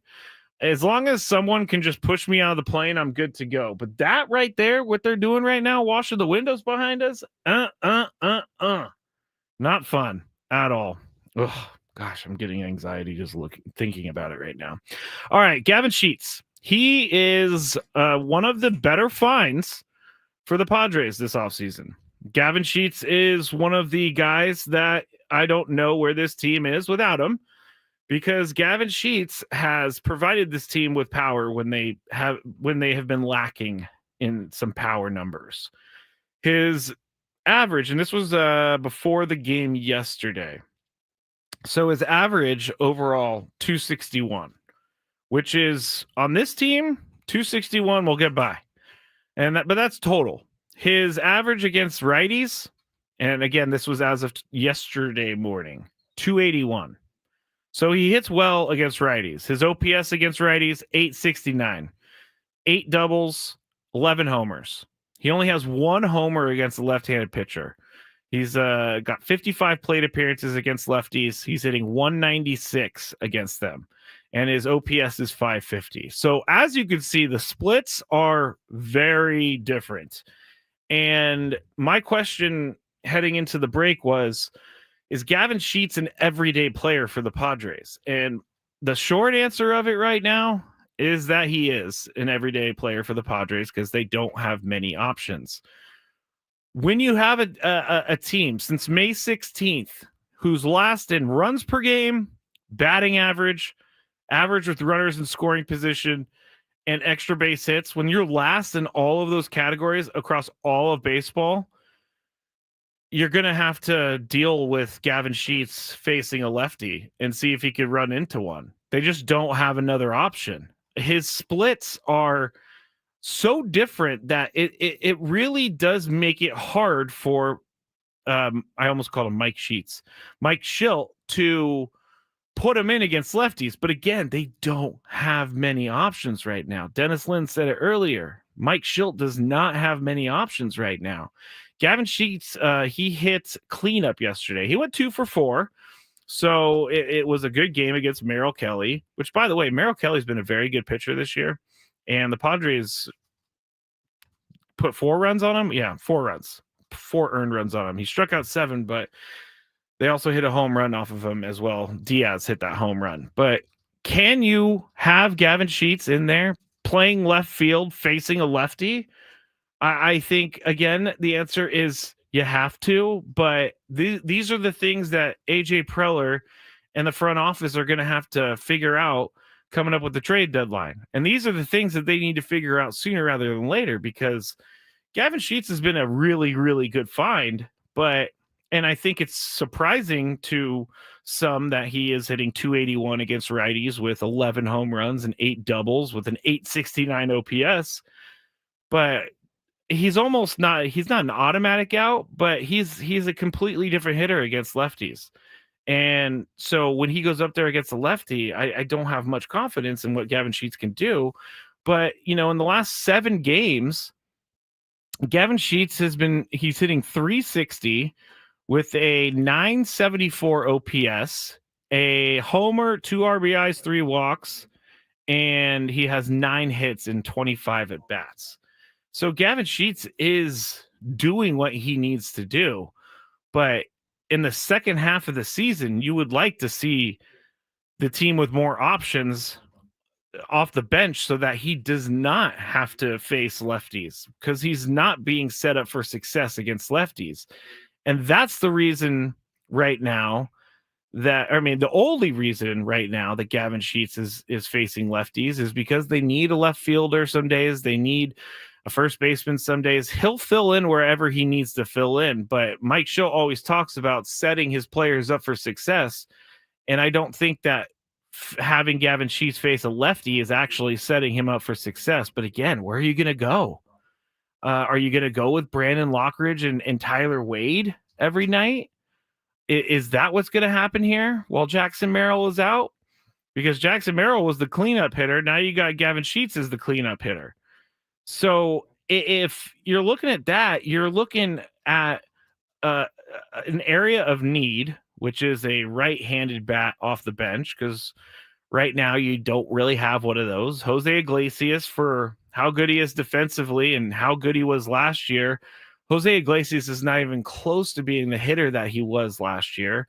Last year against the Mets, or when he was with the Mets, not against the Mets, he hit .337 in 270 at-bats. He had an .830 OPS. He had 4 home runs, 26 RBIs. And I know that was with more consistent playing time for Jose Iglesias, but he's not been the guy that, at the plate at least, that the Padres need. And I don't know how much they were banking on Jose Iglesias doing the exact same thing that he did last year. And I wonder if this is something that the Mets saw coming, because they didn't. I think they offered him a contract, but it was a lot lower than what he wanted. His WAR last year was 3.1. His WAR this year is negative 0.4. I think you keep him on the team because he's a good defensive replacement. He can play for Manny some days at third, and he can move around to many different spots in the infield. So that's why he keeps his spot on the team, but his bat has not been what they want at all. And 236 with a 576 OPS admittedly in limited appearances in 127 at bats is not good. And so when you have like a DH day and it's either Gavin Sheets or a right-handed bat off the bench, you're going Gavin Sheets. You're not going with Jose Iglesias. He's not a DH. I mean, you could spot start him at DH there every once in a while. Luis Campusano is not he's not a replacement, a right-handed bat that can come off the bench. We haven't really seen much of anything from Luis Campusano this year. He went 0 for 4 on Saturday with 3 Ks, which again is kind of unfair to me to just throw him into the mix like he has been thrown in there. I mean, he didn't do anything for like 10 days, and they're like, hey, you're going to get a start today. Okay, go in there. See what you can do. 0 for 4 with 3 Ks, which is, kind of expected for someone who hasn't had much playing time. But again, are you going to go with Gavin Sheets against the lefty or Luis Campusano against the lefty? Even though Gavin Sheets is hitting 196 against lefties, you are going to go with Gavin Sheets because he can run into one. Like, I don't know that Luis Campusano, I don't know that he's going to, he has a chance to hit one out like Gavin Sheets does. So Luis Campusano is kind of out. I have no idea what they're going to do with Luis Campusano. But Gavin Sheets, by necessity, he's your everyday DH, we'll call him, because I know he plays in the field, but he's going to be in that lineup every single day. And he's got to figure out how to hit lefties. But if you have him in there against a righty, you feel very, very good. Ohtani is a righty, I believe. He's a lefty. Yeah, he throws right. Yeah, no, I knew he bat left, but Ohtani throws righty. He's going to be starting tonight, so Gavin Sheets will probably be in the lineup, again, out of necessity, but he hits .281 against right-handers, .869 OPS, 11 home runs, 8 doubles. Those are good numbers. So they have to find that one guy that can come off the bench and be a late game right-handed hitter that Mike Schilt can use. Because right now he just does not have late game right-handed hitters that you feel good about. And so that's why we're seeing so much of Gavin Sheets. And Gavin Sheets, I met him in spring training. Seems like a really good dude. Seems like a really hard worker. So I got nothing against Gavin Sheets. I just don't really want to see him against lefties. And that's what we have to see right now. And this all goes back to the trade of Rafael Devers to the Giants. It's going to force the Padres to respond in some sort of way. The Giants kind of forced the trade deadline up a little bit more for some of the National League West teams. Giants are above the Padres in the standings. If I'm AJ Preller, I see that news come down. I'm thinking, all right, I got to get going a little bit because we're going to start losing ground, especially if Rafael Devers hits the ground running in San Francisco. So there's a lot.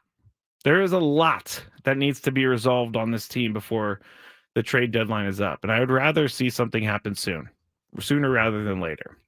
All right. I'm Matt Skraby. This is the Braden Soprano Show on 97.3 The Fan. When we get back, Matt Snyder of CBS Sports will join me to talk about all the craziness happening.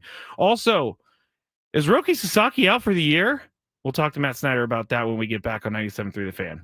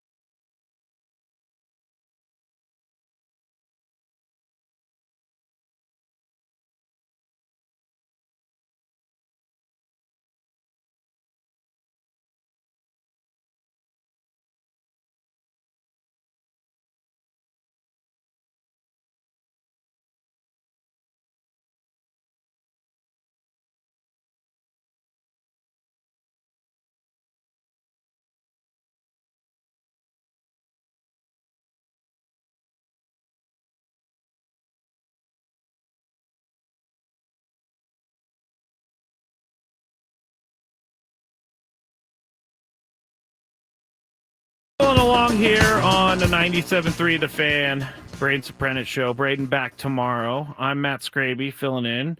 Every time I look at the camera, my hair is messed up in some other different way, so I'll just try to clean it up real quick, and then we'll get going. There we go. The window washers are below us now, so I don't have to feel my anxiety anymore. If you missed it, you could watch them wash the windows a little bit earlier. I'm looking at the chat. It's been hard to look at the chat today, but I'm looking, and people are saying they believe in Campusano. They believe in him. They think that he's still got talent. Obviously, he has talent. I just haven't seen much of it lately. I haven't seen anything lately, to be honest. I'm seeing a Hunter Renfroe. Hunter Renfroe is not hitting well right now. Let me just go see his stats real quick, and then we're going to take two quick phone calls about Tony Gwynn, or at least one phone call. He is hitting 182 this year. I don't even think he's on the team right now. He was on the Royals, but anyway, I don't know if Hunter Renfroe is the right option. So we'll keep. Adam said he's not. We'll keep moving in the right direction with players that we think the Padres could benefit from. Let's go to Tony in Chula Vista real quick to talk about Tony Gwynn. And Tony, try to keep your story like 45 seconds or so. Matt, what's going on, man? Not much. How are you?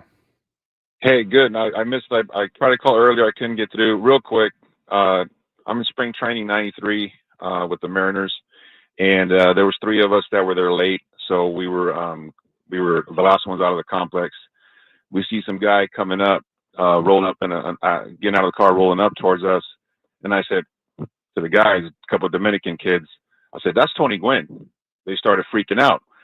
So Tony Gwynn comes up to us, approaches us. He said, "Hey guys, I'm just checking out the new facility," because I guess they were going to come in the following year in '94. We opened it in '93, and he ended up spending an hour with us just talking about baseball, talking about hitting. It was like invaluable. Like the guy was so insightful, intense, and like he was. A lot of people say he was really standoffish, but the guy was like really awesome, man. And, I share that story with some of my hitters now because I'm a hitting instructor. And, over the years, being able to do a couple of camps with him and the way he teaches the kids, about hitting and how he talks about it, man, I remember that conversation and I apply it so much to what I do now. And, it's a good story to share because like a lot of people don't know that insight about him. And he was really a good person. He was a really good person. And I'm sure, those guys will never forget that. I never forgot that. And, over the years, having that relationship with him was pretty cool. It was pretty cool. So, yeah, I wanted to share that, man. That was something that's embedded in my memory and won't forget that. Well, thank you so much, Tony, for telling that. That's an awesome story. And the reason that we're telling Tony Gwynn stories today is because it is 11 years since he has passed today. And I wanted to open up the phones a little bit throughout the show for people to talk about Tony Gwynn Sr., on a sad day, but on a day that we can celebrate his life because he really did touch so many people out there. And again, we've taken 3 or 4 phone calls so far today about him. No phone call is ever going to be the same because he was not your typical superstar baseball player, superstar professional athlete at all. And Scott, I see you on the phone. I'm going to try and take your call in a little bit because we're going to talk to Matt Snyder here.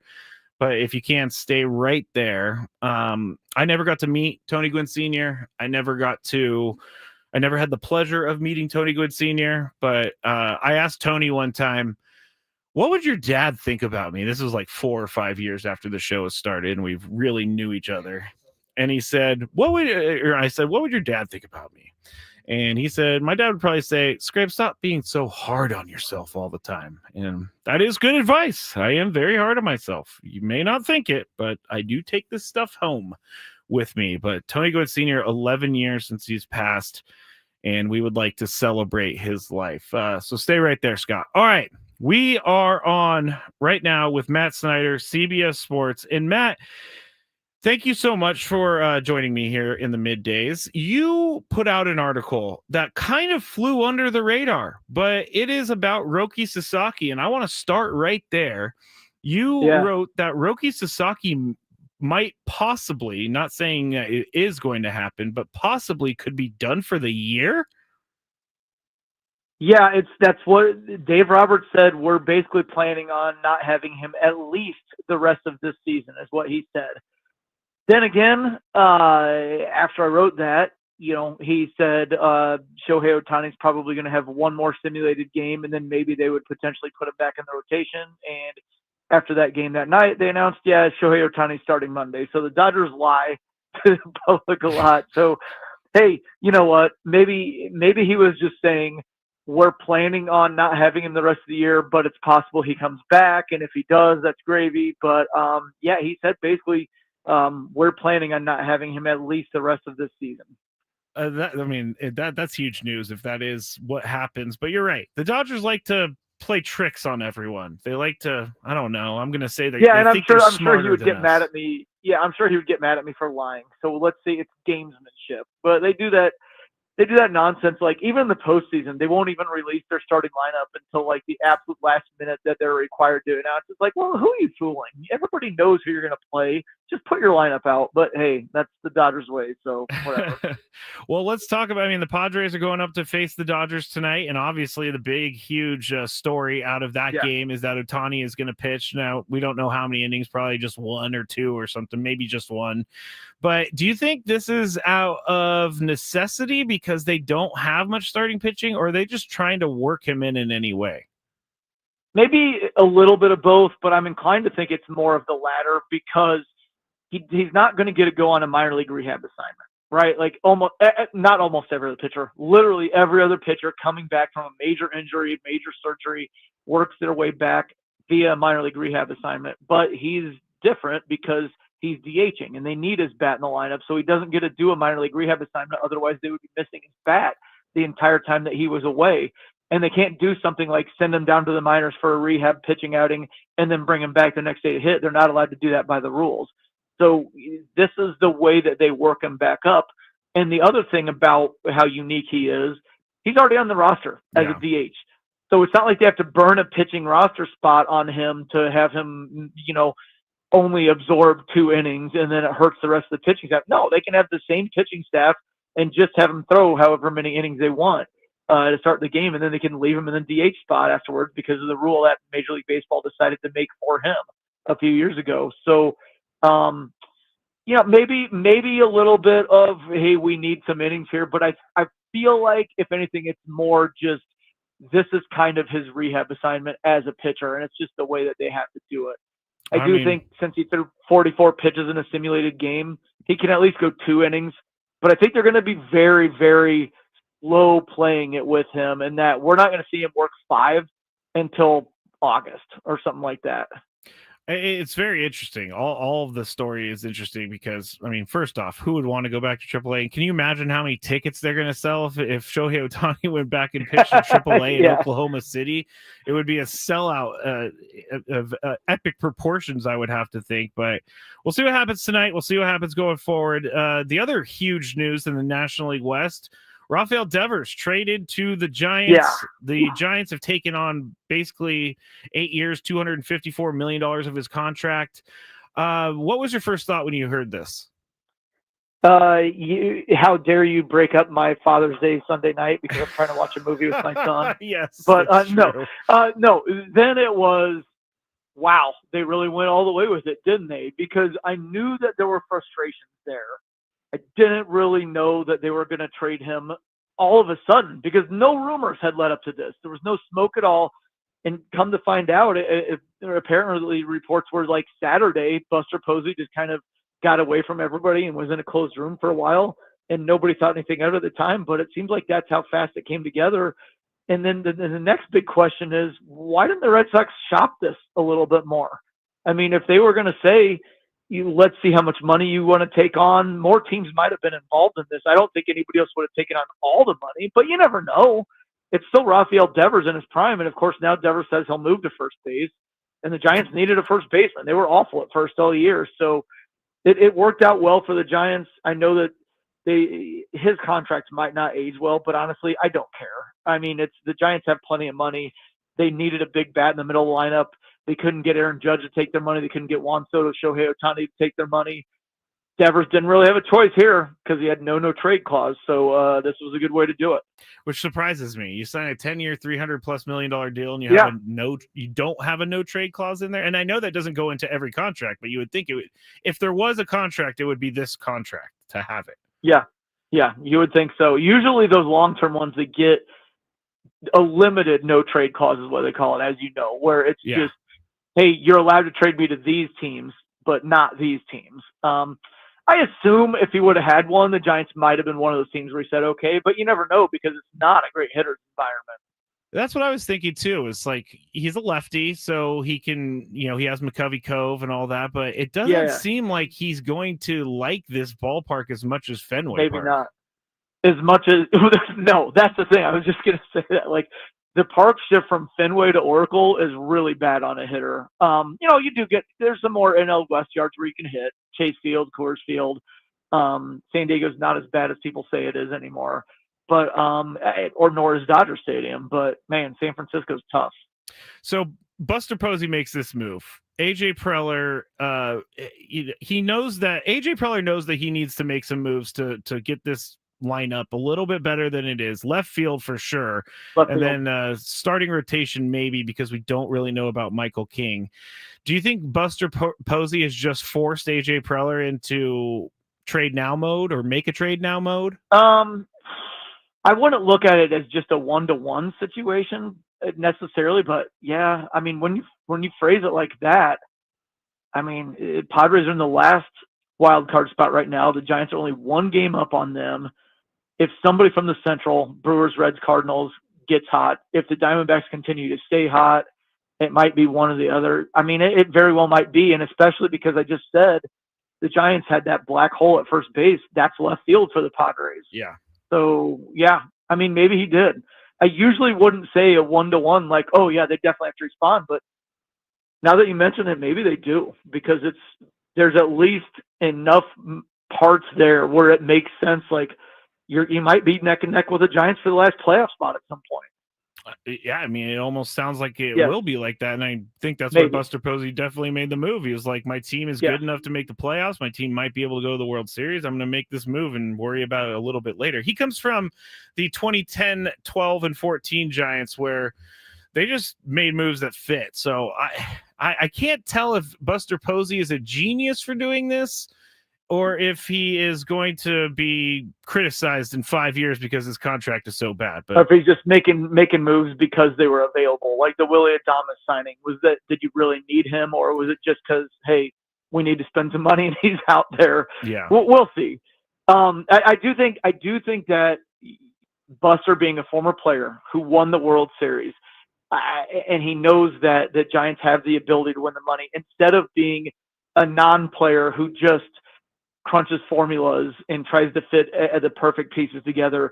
I think there's something to that there where the former players might be a little more aggressive, such as when Chris Young with the Rangers went out and grabbed Max Scherzer and Jordan Montgomery and didn't care about any potential consequences. And then they won the World Series. So who cares if you have to cut money after that? You won it all. Yeah. I think former players would be more apt to be the types that would go nuts and worry about the consequences later.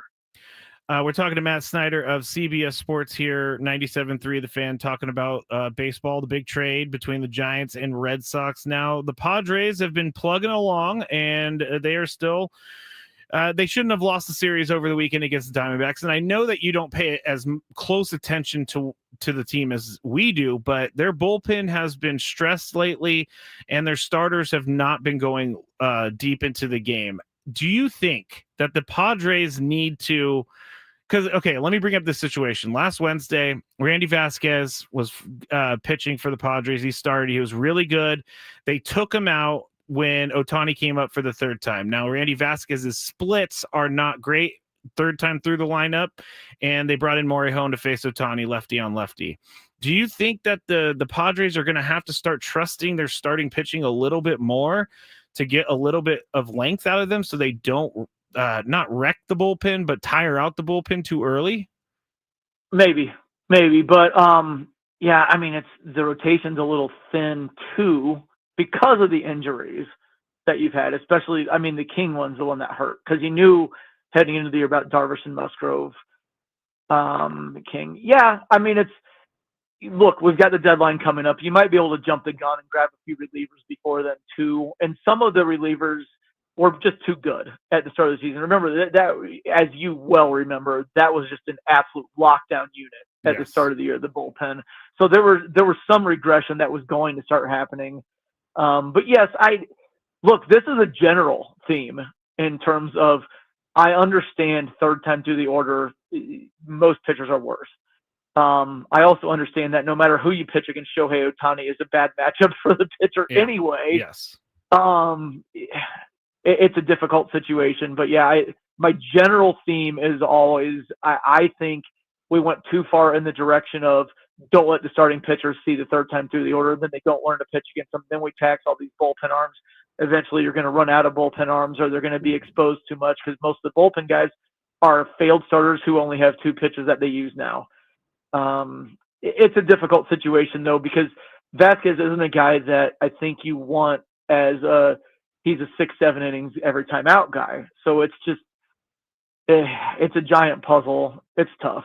It is tough. And that's why I'm glad that I don't have the job of Mike Schilt, because he has to make tough decisions. Yeah. All right, Matt, thanks so much for joining us here. Matt Snyder, CBS Sports. Appreciate all the time you give us. Hopefully you can come to San Diego soon. Hopefully. Bring your family, and we will hook you up at the ballpark, because we want to thank you for all the time you give us. And I'm looking at my boss right now, and I just signed him up for something. So thank you again, Matt. Cool. Talk to you soon. Thank you. Have a good one. All right, that's Matt Snyder, CBS Sports, one of my favorites. He has been one of our go-to guys over the years. And the Ohtani, I mean, when you face Ohtani, any pitcher is going to be stressed against Ohtani. That is what is going to happen. And I'm past the Randy Vasquez thing from last week. I am.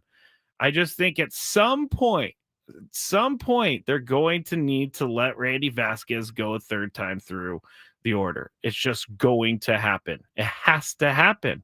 There's not enough arms in that bullpen to be rested and ready to go each and every single day. It's just kind of, they've been used a lot lately. Jason Adam has been used a lot lately. Jason Adam has, and I brought this up the other day, but why did Jason Adam pitch in that Wednesday game against the Dodgers when they were down 4-2? Because Jason Adam is a guy who pitches when they have the lead, and he's already throwing a lot of innings. And so why use him in a game when you're down by 2? Of course, I will default to the Padres know way more than I do about what's going on with their players. And I don't have all the information, but as someone who's sitting here looking in, it's like, I don't understand. Like, did you want to keep it? You wanted to keep it close. That's why you had him in there, but it seems like you burned him a little too early. And then they had the off day and all that stuff.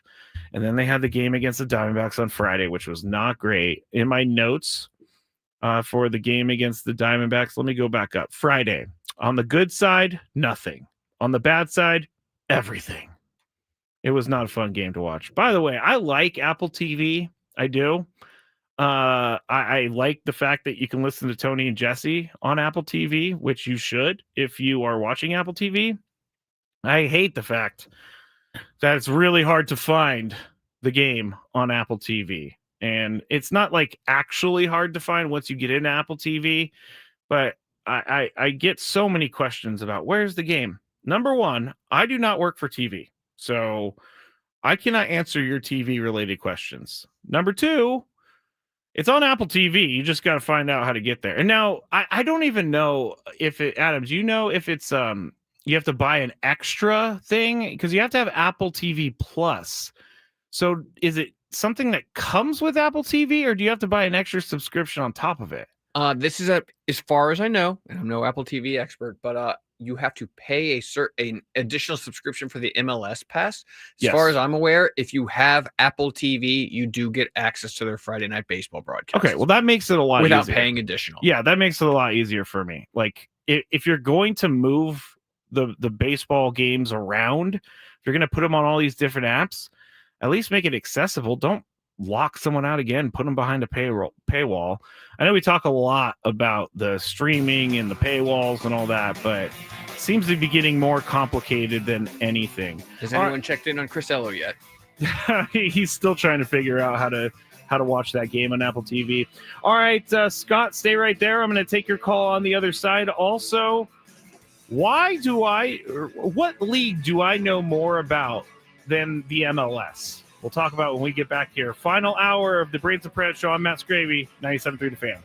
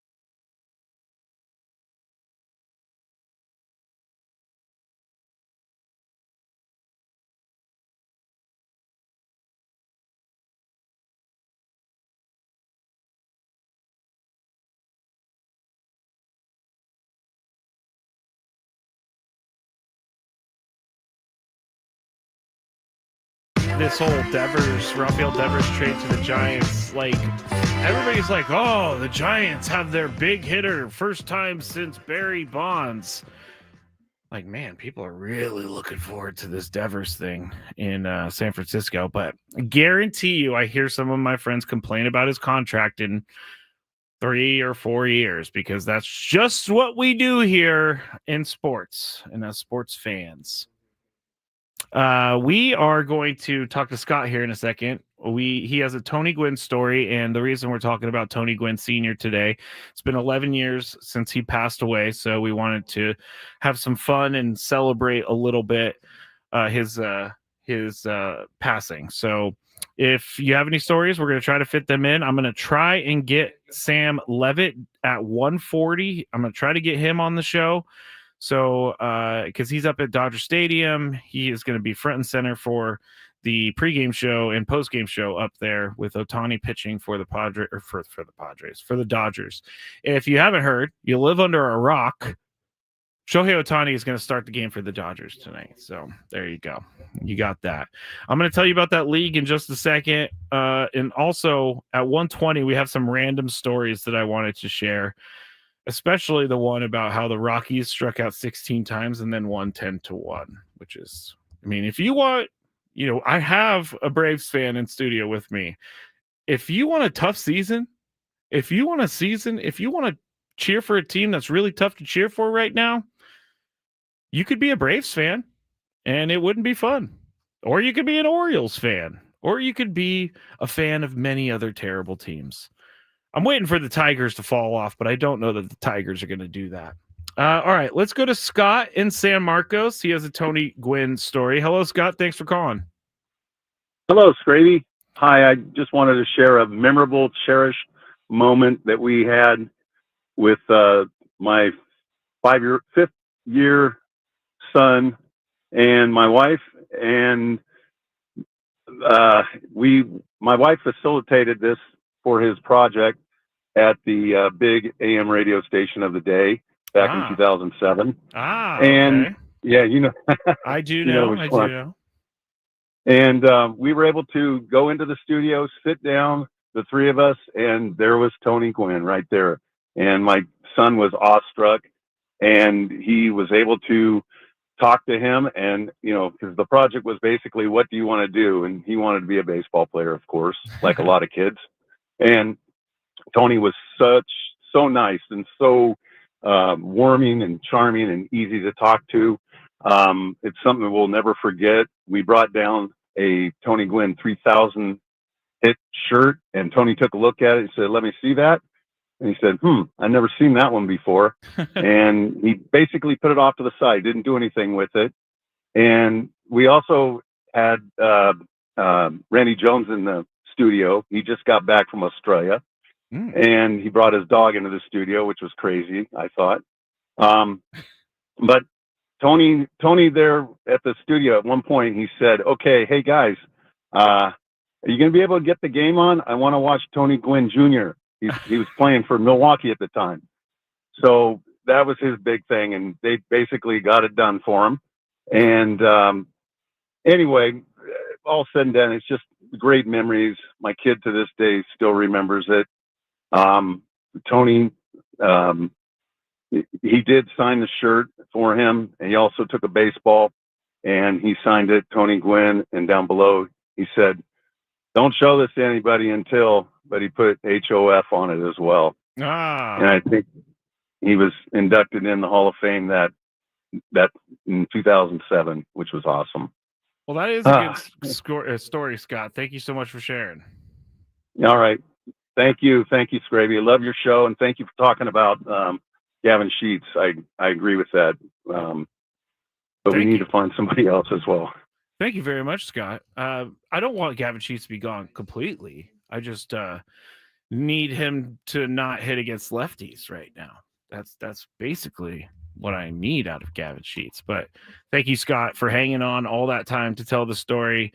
That is funny that he wanted to watch. I mean, not funny that he wanted to watch his son play baseball, but I still remember, and maybe, I don't know how much Tony's going to be sharing later on the show, but I remember when he got traded from the Brewers to the Padres, like his dad was so excited for Tony to be coming back and playing for the Padres. I mean, that would be exciting. Can you imagine Tony Gwynn Jr. growing up, Padres fan, living in San Diego, get to play for your own team? It's awesome.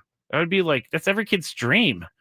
But it's also very cool that Tony got to share that moment where he was traded to the Padres. And yes, that would be very, very, very fun. I know that my dad would enjoy that, but I'm not even close to a professional athlete. So he had to settle for me talking on the radio instead. All right. Now, I said I know more about one league than the MLS. And this is not a knock on the MLS, because here in town, the SDFC, very popular. They have lots of people go to their games. They won over the weekend against the Minnesota Wild. Wait, they did not win? It's not the Minnesota Wild. Oh, that's a hockey team. That's an NHL team. What? I think it's FC Minnesota. Sorry. I should have known it was just an FC. I did. You looked at me like the SDFC did not win. I was like, how did I get that wrong? I'm going to see what it is right now. Scores. Let's United see. FC. United FC for Minnesota? Doesn't make any sense to me. But anyway, I know more about the AUSL in the 3 weeks that the AUSL has been around, or 2 weeks, than I do about MLS in general. And maybe not in general, but I've seen more scores. I've seen more news stories. I've seen more coverage of it. And I think that's probably due in part a little bit to the fact that I am constantly looking at baseball news and baseball websites and MLB.com and all of that. But the Athletes United Softball League is their MLB's new league, and it's all for softball. And Kim Ng is the commissioner of it, former GM of the Marlins. And I really think that, and we've talked about this a couple times this year, but I don't think that MLS does enough to get fringe fans or people that are on the outside of the soccer world. I just don't think they do enough to get themselves in front of these people. Like, I am a sports talk host in San Diego. I have to go look for results for MLS, for SDFC.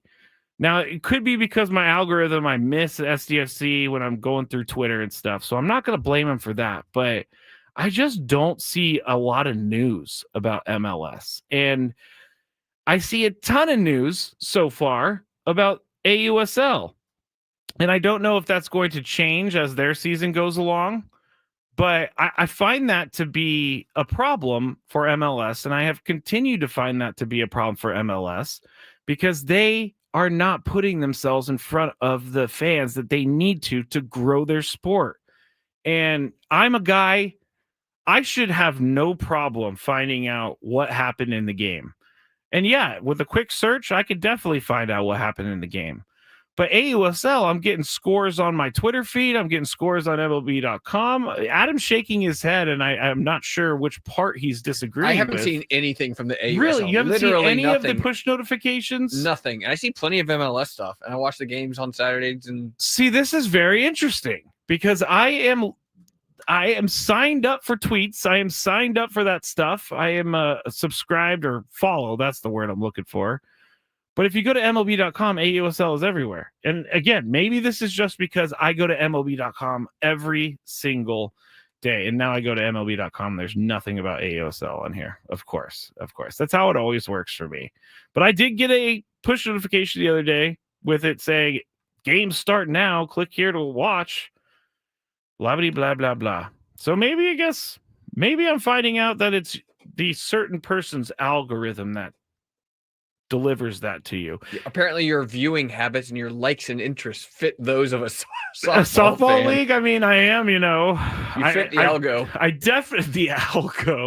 definitely am not a good soccer player. I could play softball, but I'm not a good soccer player. So maybe that's it. I don't know. I also think MLB pushing it is the main reason that people know about it, because if you go on MLB Network, and of course nothing's going to happen for like the next week now that I've said this, they have talked AUSL. And again, maybe that's because it's new. Maybe that's because they wanted to put it out there. Maybe that's because they forced it on the rest of their station and their network to talk about it. But I could be wrong. Let me go to the chat and see what the chat is saying, because usually the chat. TMZ is overriding the algorithm. Maybe that actually could be true. No one's really talking about this. So anyway. All right.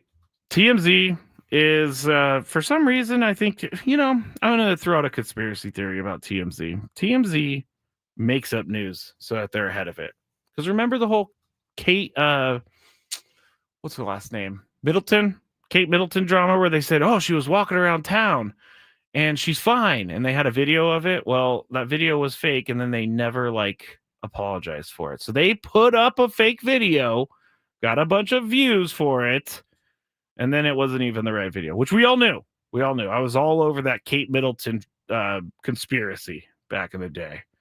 Let's see. Do we have any other good chats? I got a minute here or 30 seconds before I need to go to break. And so I wanted to see if Nate Taylor says something like something Ello would say, Matt Skraby.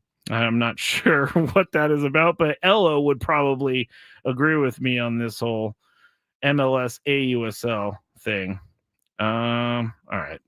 Everybody's just kind of talking. If you don't know, the chat on YouTube is where you go to connect with your fellow Padres fans, because I think they're having an unofficial get together on Wednesday night that I will be attending, and you need to come and talk to the chat people about it to find out. So, it was about finding Apple TV stations. You're right. Elo has Apple TV too. So it's not like he has to go sign up for it. He just refuses to watch it. I'm Matt Skraby. This is the Braden Soprano Show, 97.3 The Fan. When we get back, we are going to talk about what the MLB archives took down. Also, the Rockies beat the Braves yesterday, and we're going to try to catch up with Sam Lev at 1:40. So stick with us here. A couple segments left to go here on 97.3 The Fan.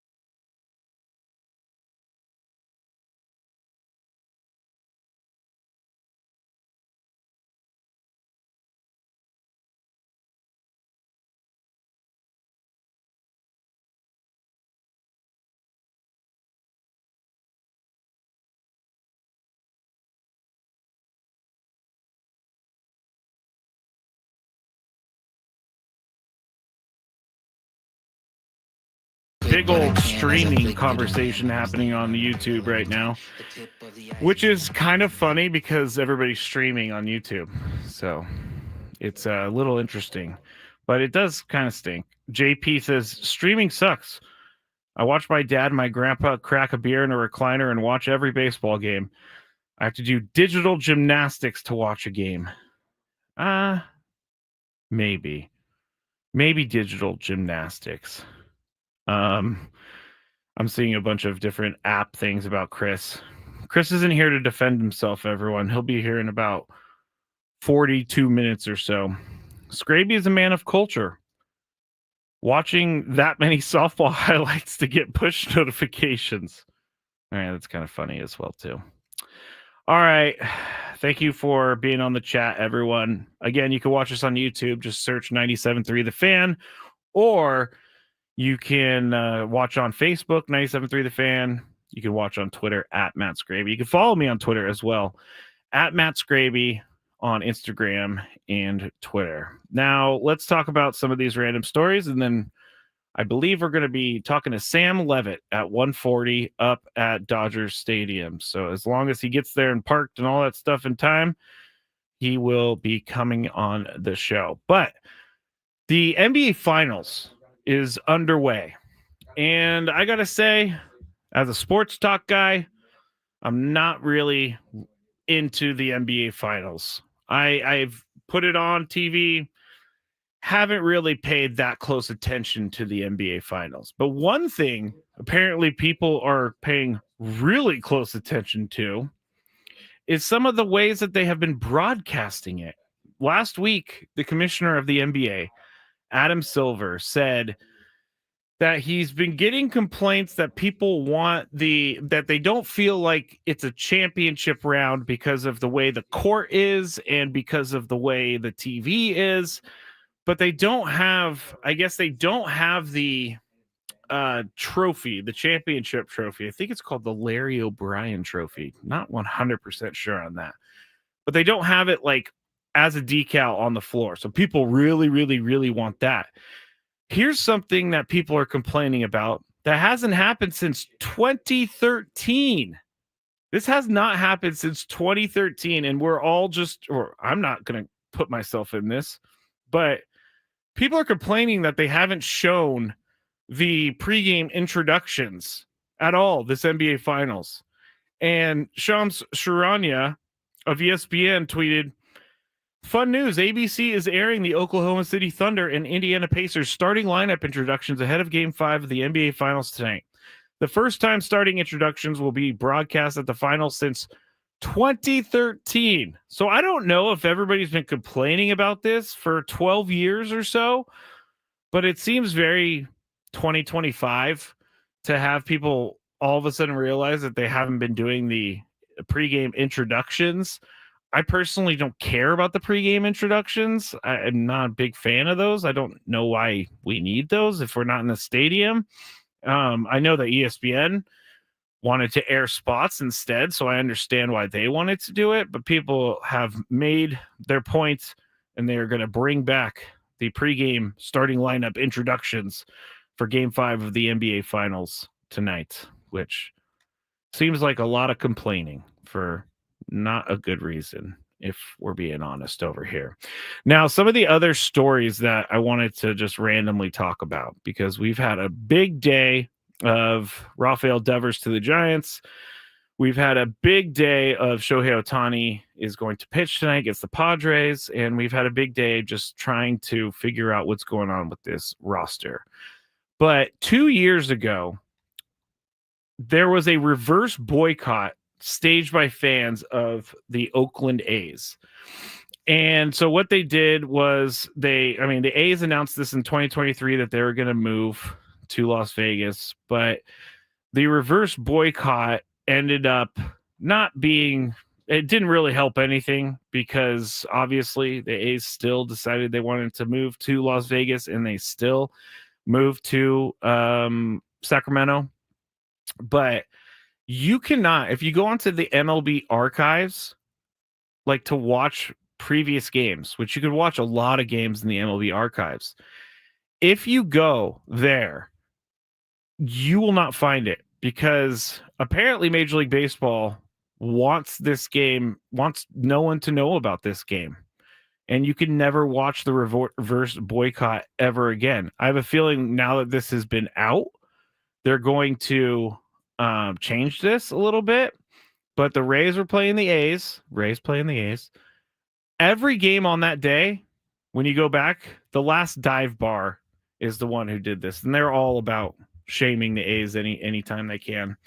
But they put this screenshot up. Every single game of that day, radio calls. Well, I guess you could still get the radio call, but all the TV links are still there, except for the Rays and the A's. So everybody's putting this together.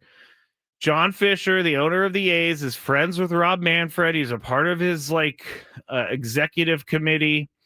And I guess the microphones repeatedly picked up the fans chanting, "Sell the team," which was directed at the owner, John Fisher. So I think there's a real easy answer to why this game is not available to watch on the MLB archives. And that is because John Fisher and his ego got hurt because everybody said sell the team. He went to Rob Manfred. He said, "Hey, buddy, old pal, can you please remove that game from the archives? And can you please make sure that no one can ever watch this game because, they sit there and they chant, sell the team. And it really hurt my feelings. And so you need to take it down." And of course, once this came out, there were a ton of retweets. There were a ton of comments. And I have a feeling that this game is going to be put back up because it's really strange. There were hundreds of games played, according to this article. Hundreds of games played in June 2023, and there is only one not available, and that is the reverse boycott game. Which the reverse boycott game is, I never was a fan of the reverse boycott. If you're going to boycott, just don't go. That's where you hit him in the wallet. All you ended up doing was giving him a bunch of money, and then he still was going to move. But I do find it really hard to believe that this is just a coincidence that there is no more game to be watched on the MLB archives.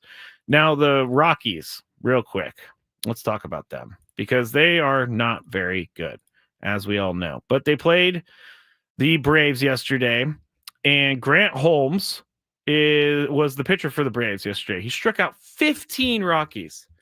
15! And I think 6 innings. Something like that.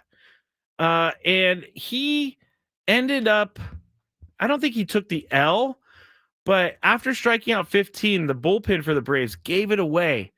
And 16 strikeouts in total were I guess committed, as I'm not really finding the word for it right now. But the Rockies struck out 16 times. That's how we're supposed to say it. And they still won the game 10-1. Now, guess what? Who was the pitcher that gave up all those runs? Former friend Enyel De Los Santos gave up 4 runs for the Braves, did not even get an out yesterday. So when I heard this yesterday, Jesse and Tony were talking about the out-of-town scoreboard, and Tony had to stop down to be like, really? That actually was the thing? 10-1 after striking out 16 times in a game? I don't know if you could feel any worse. What just ran by here? Is there a dog that just ran by? Okay. Sometimes in these studios, we have the windows in front of us and just random things run by and we just don't know. But anyway, 16 strikeouts. Rockies still win 10-1. Again, if you want to have a hard season as a fan, be a Braves fan because this has been a hard season for Braves fans. And I'm not even going to look at Adam over there because it's been hard for him. It's been hard for him. Also, Tyler Hero, he said something really stupid. He was, you know what? Why don't we do this? We will talk about what Tyler Hero said on the other side. And believe me, it's very dumb. So you're going to want to hear it. I'm Matt Skraby filling in for Braden Soprano on the Braden Soprano Show on 97.3 The Fan.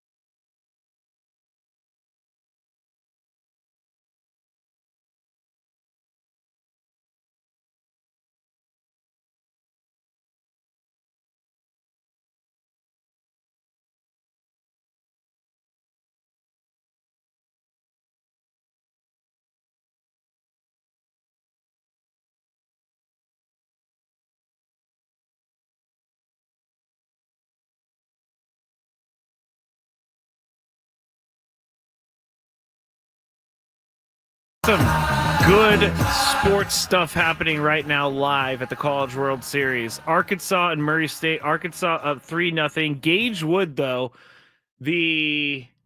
or is it Gage Gould? Gold? Oh, they must. Anyway, Gage is seeking the third no-hitter in College World Series history. He has 16 strikeouts. And he's in the bottom of the ninth. No outs yet. He's 109 pitches, but Arkansas up 3-0 on Murray State right now. So we will we'll update you on this, but that would be pretty cool to throw a no-hitter. 16 Ks. Oh, he just hit a batter. So did he? Oh, the perfect game is gone. He he hadn't walked anyone. Oh no, he had already hit someone. So no, the perfect game was already gone, but no-hitter still intact. Bottom of the ninth, runner on first, no outs. We'll tell you what happens. But I teased Tyler Hero, and he plays for the Miami Heat. But he was doing a live streaming on Twitch. And the Twitch streamer, or a fan, asked him, Tyler Hero, if he believed Wilt Chamberlain would be top 5 in today's league. And Hero says, I don't even know what Wilt looked like or played like. And then they asked him if he thought Chamberlain actually dropped 100 while playing for the Philadelphia Warriors in a game against the Knicks in 1962. And then Hero, I know I'm going back and forth on this. Hero said, you think history is a real thing? The guy interviewing him said, yeah. Hero says, nah, I don't believe in history. And he sat back in his chair. They asked him, do you believe that something happened 200 years ago? He said, no. What about the moon landing? No, I don't believe in that. I don't believe in anything that happened before 1950. And the streamers were like, is this guy being serious? And so they're asking him, and he is being serious. He said that for real, quote, for real, like, how do we know about Christopher Columbus? When did he come to the land or whatever? They say 1492. He doesn't believe in the moon landing, didn't believe in Wilt. All right, here's what I have to say about this. If you're Tyler Hero's parents, you have to be embarrassed right now because your son is basically saying he doesn't believe that anything happened before 1950. I do not understand some of these athletes. This is not something I want to die on a hill for. Nothing happened before 1950. Like, come on. And I kind of understand that he doesn't know what Wilt Chamberlain looked like. I kind of do, but he's also an NBA star. You should know who came before you. You should know the players that are infamous within your own sport. That is not something that you should just ignore. You mentioned how his parents should feel. Yeah. He went to the University of Kentucky, albeit for a short period of time, 2018 to 2019, but he somehow got into college. And what are we doing there? What about his high school? That should be Whitnall High School. Those people should be embarrassed too. So he spent 1 year at Kentucky, but the point is he was enrolled at a major university, and these are his views. He says he never believed it. And even though the game, Wilt Chamberlain's game, was well documented, there's no video of it. So there's no like actual video of it, just that picture of him holding the 100. We do have video of Babe Ruth. Yeah, but we don't have video of and the Titanic, and we have video of a lot of other things, but we don't have video of Wilt Chamberlain doing the 100-point game, which is interesting. I'm not going to say that it didn't happen, though. There is a very famous picture. There's a very famous picture of him holding up a sign that says 100. And if that picture was never taken, then we may never know. But this is just idiotic and stupid and everything. I don't get this. Kirk Kenny wanted to correct me. Yes, I know, Kirk. The moon landing was in 1969. Now, many people don't think that happened, but I definitely think the moon landing happened. This is as dumb as flat earth stuff. This is as dumb as Kyrie saying that he's a flat earther. And if I was Tyler Hero, I would have just been quiet because this makes you look dumb. Makes you look dumb. That's all I have to say about that before I say something on the radio I shouldn't. There's one out now in the bottom of the ninth here at the College World Series. Arkansas up 3-0. Gage Wood is still He still has the no-hitter intact. How did the guy get out from first base?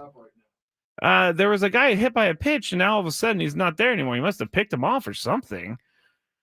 But we'll keep you up to date on that. This hour at 97.3 The Fan is brought to you by U.S. Wellness Meats. Overwhelmed by processed foods? U.S. Wellness Meats offers an all-natural alternative, 100% grass-fed beef, pork, poultry, wild-cut seafood, and more. Shipped free from family farms. Get 20% off your first order at uswellnessmeats.com. I believe he just struck someone out. He's 1 out away from a no-hitter. Gage Wood, Arkansas, taking on Murray State. Well, keep it right here for a second. Can't do the play-by-play because that's illegal, but he's got 115 pitches, 18 strikeouts now. What happened to the guy who got hit? The play-by-play on ESPN.com on their report of this game, it just says the guy was hit by a pitch. You know what? They called it back, and now it says he struck out looking. I have no idea why. They showed the replay of several times, and the manager came out to argue.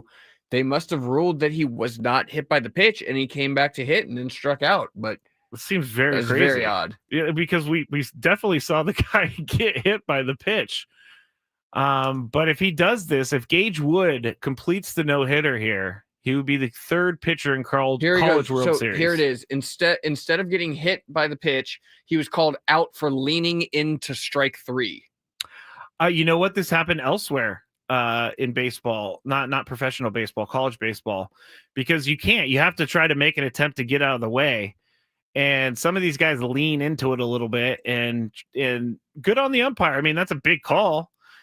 It's a huge call, actually. All right, he's 1 strike away now from a no-hitter. This guy's thrown 118 pitches, but apparently you can't throw 90 in the major leagues anymore. What are you saying, Adam? I'm saying here it comes with the final scores ahead on ESPN. And he strikes out. 19 strikeouts, no walks, no hits. Wow. Complete game, no hitter. Wow. That is pretty incredible. For University of Arkansas. Strikeouts. Is this an argument that Murray State shouldn't have been there? Is this an argument that Murray State? I mean, everybody was talking about Murray State, and we're going to talk to Sam Lev. He's calling in right now. But that was pretty cool. I'm glad that we turned that on. Everybody says Murray State shouldn't have been there. The coach of Murray State was cutting the grass. It's an 800-person stadium. So the story is good, but they just got no hit for the third time in College World Series history. All right, let's waste no more time because this guy has moved heaven and earth to be on the show with me right now. Sammy Lev talking to us from LA and Dodger Stadium. Thank you, Sam, for making time for us today. I appreciate you. Oh, Skraby, anything for you and Adam Klug. And I hate to break up your wonderful non-play-by-play of the College World Series, but I figure some Padres talk or whatever else you want to discuss will suffice. Well, let's start with this. How long did it take you to get up there? Not bad at all, actually. Little over 2 hours. I'm still not quite at the stadium. I did just get off the highway, so I'm like 5 minutes away from pulling in. So I thought I would time it up really nicely, kind of being in the parking lot by the time I had to talk to you, but got a little bit of traffic as we got closer to LA, but pretty good. Left around 11:20, and I'm already here. Oh, wow. Area. So, that is pretty good. Yeah, pretty good. It's usually it's like a three hour thing, but again, thank you for joining us. Sam up there doing his pregame show from Dodger Stadium tonight, starting at 6:10 p.m. The game starts at 7:10 p.m. What did you? Let's start here. Fernando seems like he's making it his way out of his slump. Had 4 hits yesterday. Had a great weekend. Do you think his slump has been cured? You know what? I'll say this. I do my who's hot, who's not every day right, and I stopped a little short of putting Fernando in the hot category. I want to see it for a couple more days before I officially say he is back, but certainly it's as encouraging of signs as we've seen in more than a month from Fernando. You kind of felt he was maybe heading that way with the quality of his plate appearances in the series against the Dodgers. And then he had a really, really good series. Now, he's not hitting for power still, but he was 8 for 13. He had extra base hits. He scored a bunch of runs. He had RBIs. He had some big hits. in that series. So certainly it feels like a step in the right direction. And you hope, going to Dodger Stadium, a place where he typically plays really well, continues that progression. So I need to see another game or two where he's taking steps forward, but it certainly is as encouraging signs as we've had in about a month, more than a month for Fernando. I agree with you on all of that. Now, the big news last night was Rafael Devers traded to the Giants, and kind of what we've been saying here on the show today was that the Padres don't need to make a move just to make a move, but Buster Posey kind of turned up the timeline on them a little bit because they're ahead of them in the standings. How much of a ripple effect do you think this is going to create for the National League West? Well, I think in terms of the National League West, Skraby, I think obviously it's a really, really big deal. I mean, Rafael Devers is one of the best hitters in baseball, somewhere top 10, top 15. And if you want to talk about left-handed hitters, he's right there among the best left-handed hitters in the game. So from the Giants' perspective, I thought it was an absolute home run. If they were willing to take on the deal and take on the money, they obviously had to give up, players in return, but they got a guy that they really need. I mean, you have to put it in perspective. The Giants have, swung and missed, no pun intended, on so many big-time offensive free agents, and they finally get a guy in Devers who I think is going to play really well in that ballpark. He's exactly, what they've been looking for from an offensive standpoint. And, on top of that, I just think, they got him on a good deal. I know he's pretty much a DH these days. We'll see how it all shakes out as far as, where he plays and what the situation is. If he does play a little third, if he does play first base, whatever they ultimately decide to do with his position. But look, they've got him on a contract that, just for perspective, is about half of what Vladimir Guerrero Jr. Is making in Toronto, and he's a great hitter. So I thought Buster Posey honestly did a great job with this. I really do. I think he's a great get for the Giants. It's what they've been looking for because they haven't been able to attract that caliber of free agent offensive player.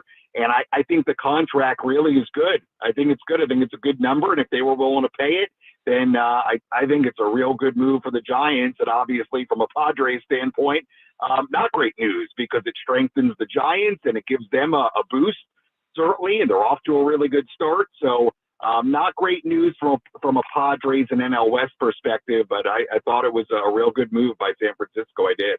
So again, not to say that the Padres need to make a move just to make a move, but do you think that they have to make a move sooner than they may have anticipated with the trade deadline about 6 weeks away?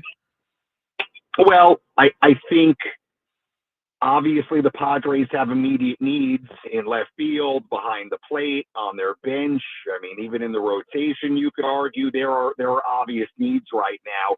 And I would imagine that as soon as they can make upgrades, they're going to want to make them. I think the question is, Skraby, we're still a month and a half away from the trade deadline. And depending on what the pricing is of some of these guys they're targeting, I just don't know what the timeline is going to be. I would be shocked if AJ Preller gets to the beginning of August and there aren't some upgrades on this team, how significant they're going to be. I don't know the answer to that, when they're going to be. I don't know the answer to that either. We typically don't see moves like we did yesterday of that magnitude in mid-June. So I would say as soon as possible is the best answer because the Padres need it in a number of different spots. The likelihood of that, I think, is really hard to say because of the timing, because of what's out there and what the Padres have to trade. I think obviously it's not the farm system it was last year around this time. It's just not. So it's an interesting question, but I would say as far as their needs, if we're just asking that question, Skraby, I would say as soon as possible because obviously the Padres have some immediate needs. All right. Last one for me, Sam, and thank you for fitting us in because I know that you got a lot going on. Ohtani pitching tonight for the Dodgers. Do you think this is a one-inning thing? Do you think that I know we're not going to see him for like 3 or 4 innings, but what are your general thoughts about Ohtani starting tonight? Well, I think from how long he'll go, it sounds like it's going to be 1 inning or maybe 2. Obviously, he's thrown simulated games where he's thrown more than 1 inning, so I wouldn't put it out of the realm of possibility that he goes more than 1. But we know it's going to be a short start. And, it sounds like the thinking from the Dodgers standpoint is he's been throwing these simulated games and having to get ready for those and all warmed up, and then it's actually more difficult for him to then sit down, get ready for a game rather than just doing it all at once. So I think from the Dodgers standpoint, it makes sense from that perspective. And it also makes sense from the perspective of they need pitching. And he's basically a free arm. He doesn't count against their 13 pitchers on the roster. So why not, if he's going to throw pitches, why not throw them in a game? Look, obviously, and this is Dodger loving, but obviously Ohtani is a very, very unique player and a superstar. And hey, when he takes the mound for the first time in 2 years, it's going to be a big deal. I expect this to be a really big time atmosphere in LA tonight. I do. Padres, Dodgers in and of itself would demand that, but there's no doubt that him getting back on the mound is significant in the game of baseball. As far as the Padres matchup against them, they've seen him once. They hit him really well. Jake Cronenworth had 3 extra base hits against them. Xander Bogaerts had a home run against them. They went back-to-back, Cronenworth and Bogaerts. They hit him really well that day. And I do think there's a lot of unknown. If you're going to face Ohtani, you could make the argument that you want to face him this first outing. I mean, this guy has not pitched in a major league game in 2 years. So is he sharp? We don't know. Do the Padres jump all over him because he's not sharp? We're going to see. So it's pretty interesting, and then we'll see where the Dodgers go from there pitching-wise. But it's going to be interesting for a number of different reasons, and obviously a pretty significant development, and we'll see how long he goes and how the Padres do against him. It's going to be fascinating. It will be fascinating. Thank you, Sam, again, for honestly fitting us in because I know you got a lot going on. Appreciate you giving us a call, and I will be tuned in for the pregame show at 6:10 p.m. tonight. All right. Sounds good, Skraby. Enjoy the rest of your show, and I'll talk to everybody later. That was our guy, Sammy Lev, doing everything as he always does here on 97.3 The Fan. During talking to Sammy Lev, I came across an article. The timing of this article, Adam, is just very interesting to me. Shohei Ohtani pitching tonight. Ippei Mizuhara has turned himself into prison today.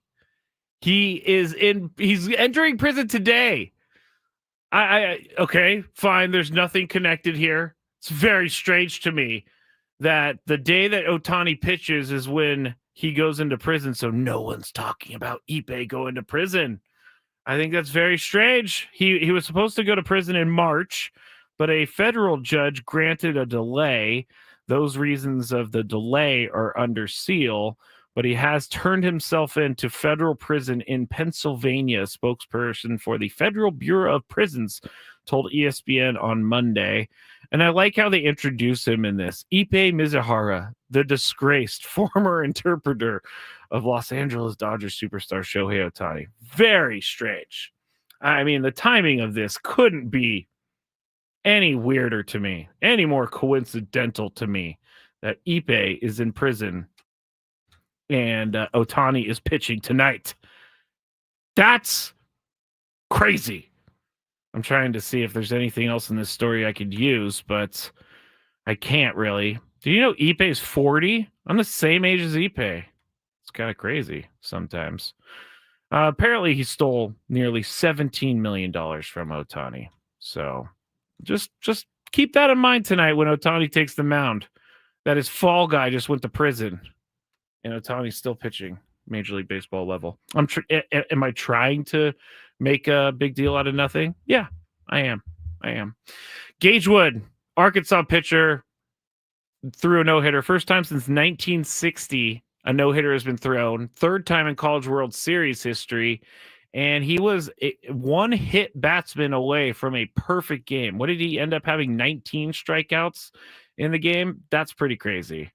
So Murray State, I don't know if that eliminates them, but it's Murray State's chances just took a hit after losing to Arkansas, but I didn't think Murray State was going to be going far at all in the College World Series. It was nice to see him in there, though. It really was. I like to see the different teams make it, and Murray State's definitely a different team. All right, let's quickly recap what we talked about today. Talked about oh, wow. Oh, I didn't realize it was going to be this early, but that's Have great. trouble keeping track of the clock when you're hosting a show? Yes, I have to tell Chris I apologize. Anyway, we basically just talked about the Padres, Rafael Devers, JJ Spawn winning the U.S. Open, all of that. And Tony Gwynn Jr. and Chris Eller are up next, and they are going to take you up until Padres pregame show. Thank you to everybody for joining me. Braden's back tomorrow. I'm Matt Skraby. This is 97.3 The Fan.